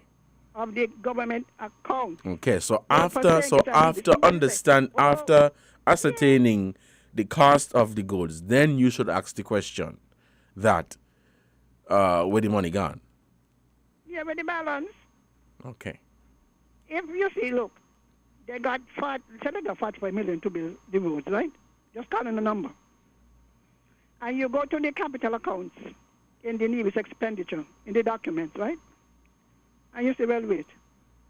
Well, when they done build all the road, unless they could explain that they made more roads than they actually budgeted for. You have every right to ask the question. But you must, when there are avenues, I tell people after these things we ask, they're available, in plain sight. No. I could recall. Hold on. I could recall some time ago. Carla?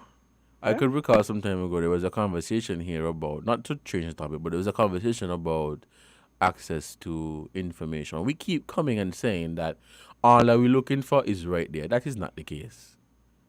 It is not the case. No. It is not the case. We keep coming here. We keep saying that all that we're looking for is right there. That is not the case. That all. A lot of it is right there. No, it's not. We must learn to use the it document. is not. If it was there, we would have get it. We would have known where to look. You have public works, right? In both islands. Access, something called the PSIP. Public Sector Investment Promotion. All right, we want some more calls on the line, so we're going to have to end this call for you, from you. PSIP. All right.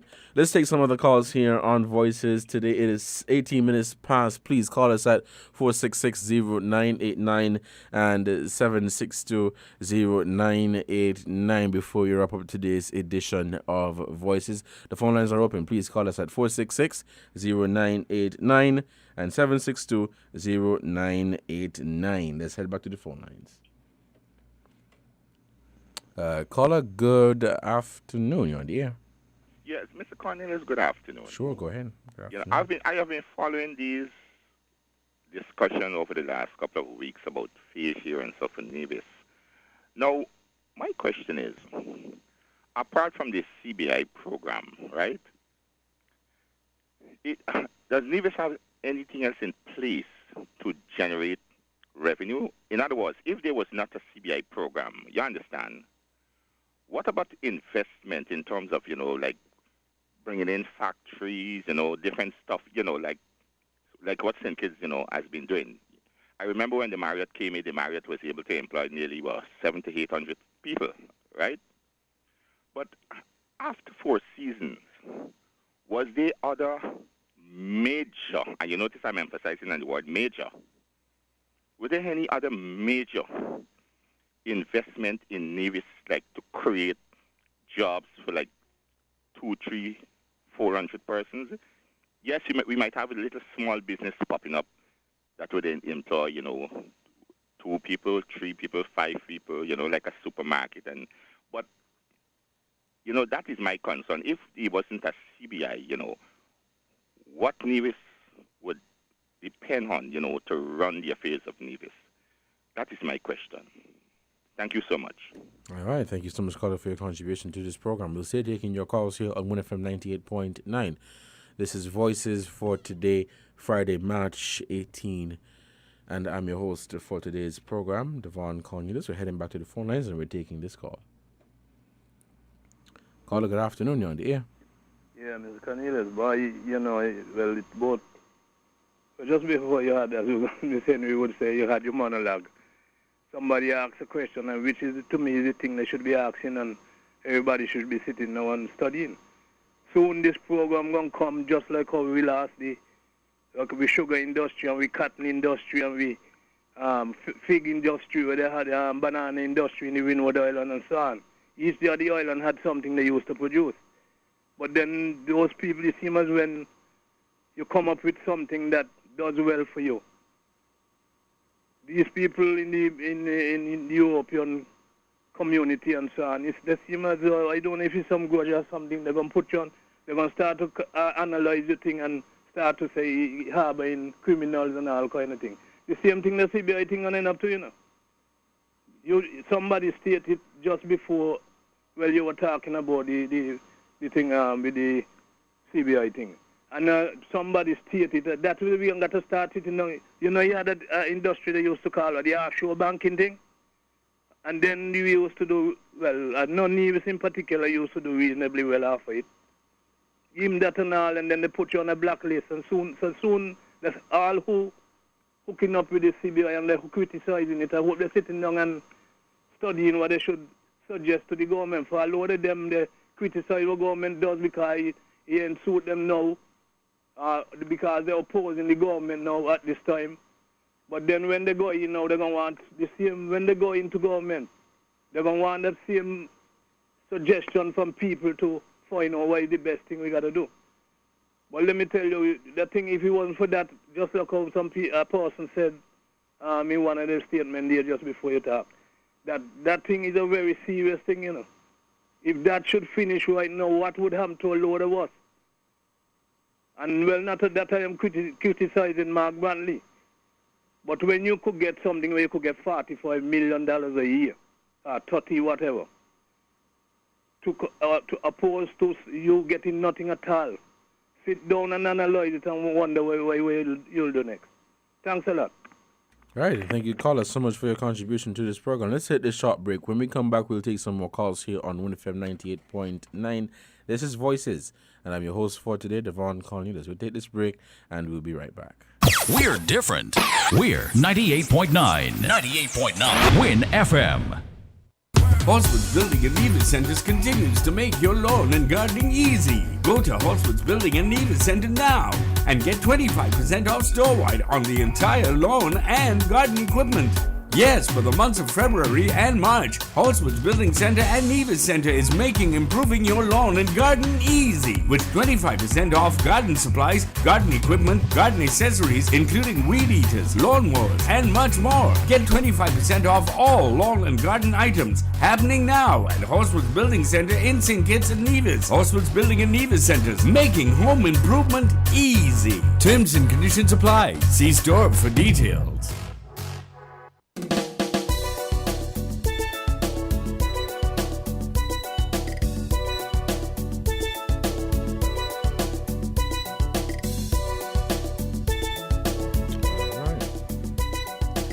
All right, welcome back to Voices here on WINNFM 98.9. We're taking your calls. Let's head back to the phone lines. Okay, we lost that call. Please call us at 466-0989 and 762-0989. Let's head back to the phone lines. Caller, good afternoon. You're on the air. Good afternoon. How are you? I'm great, thanks. What about you? Very well. I'm very well. Listen, I'm calling on the program now. We are talking about the CBI program in danger. We could feel it, we could understand it, and we know why. For years I was saying, invest into small business. When we got the CBI program going, the CBI program was investing in bigger businesses. We were giving our money to bigger companies to develop our company, our country. When we ourselves have small businesses that could have done it. Now look here. Small business is the engine of growth in any society. Now, what are we going to depend on when the CBI program gone?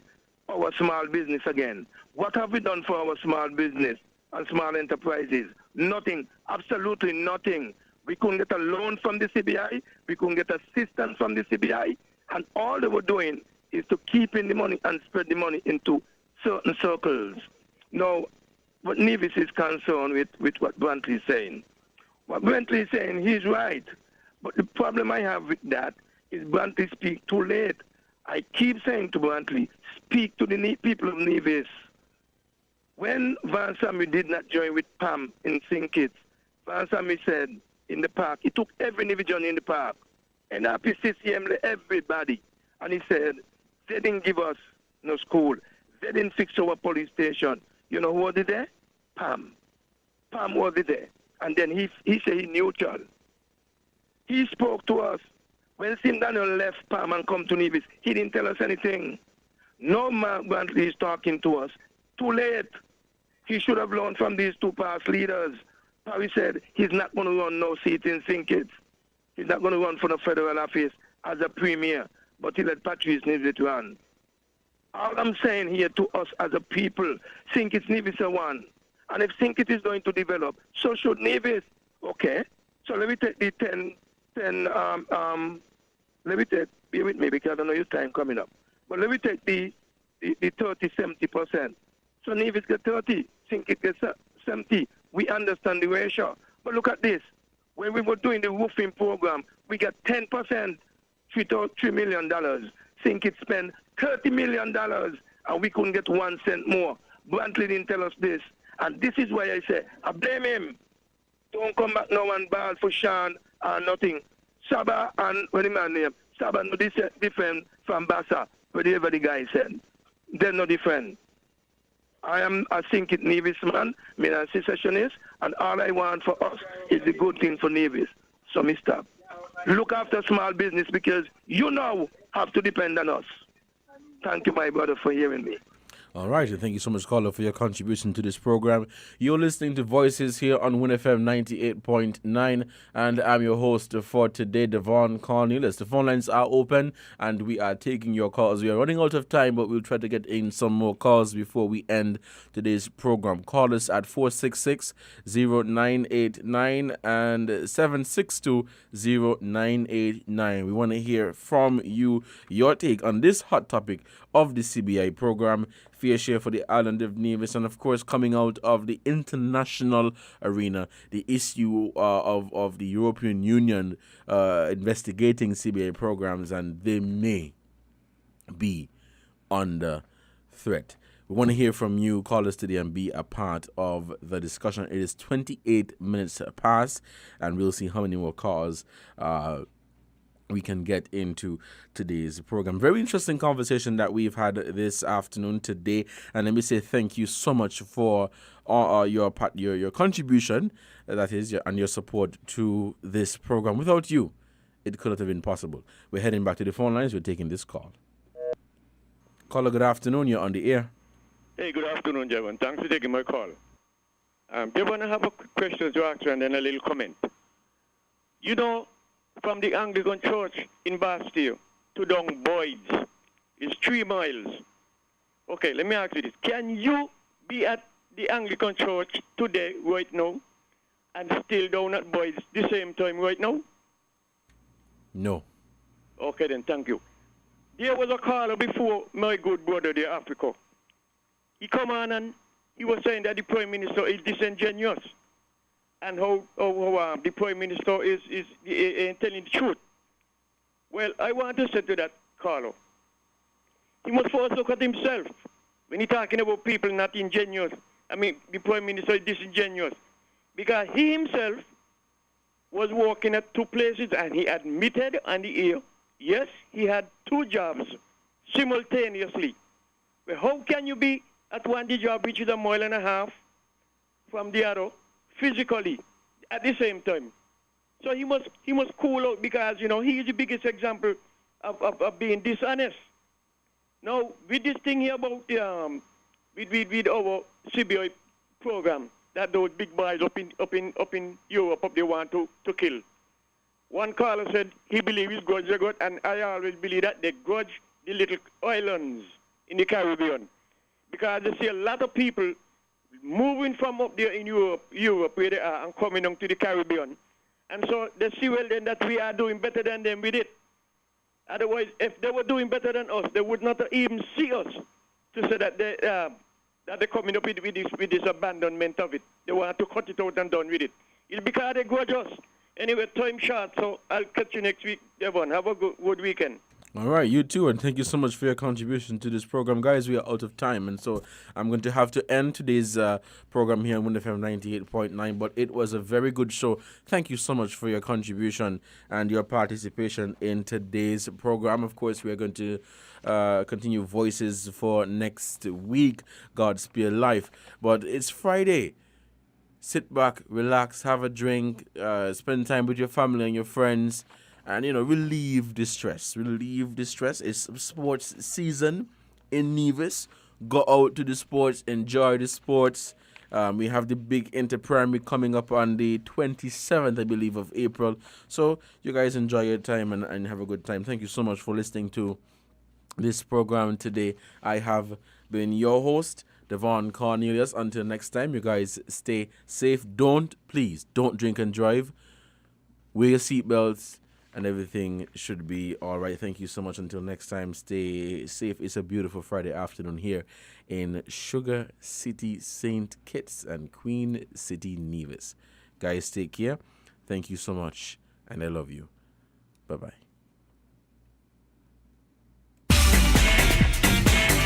Found the sound 98.9 Win FM.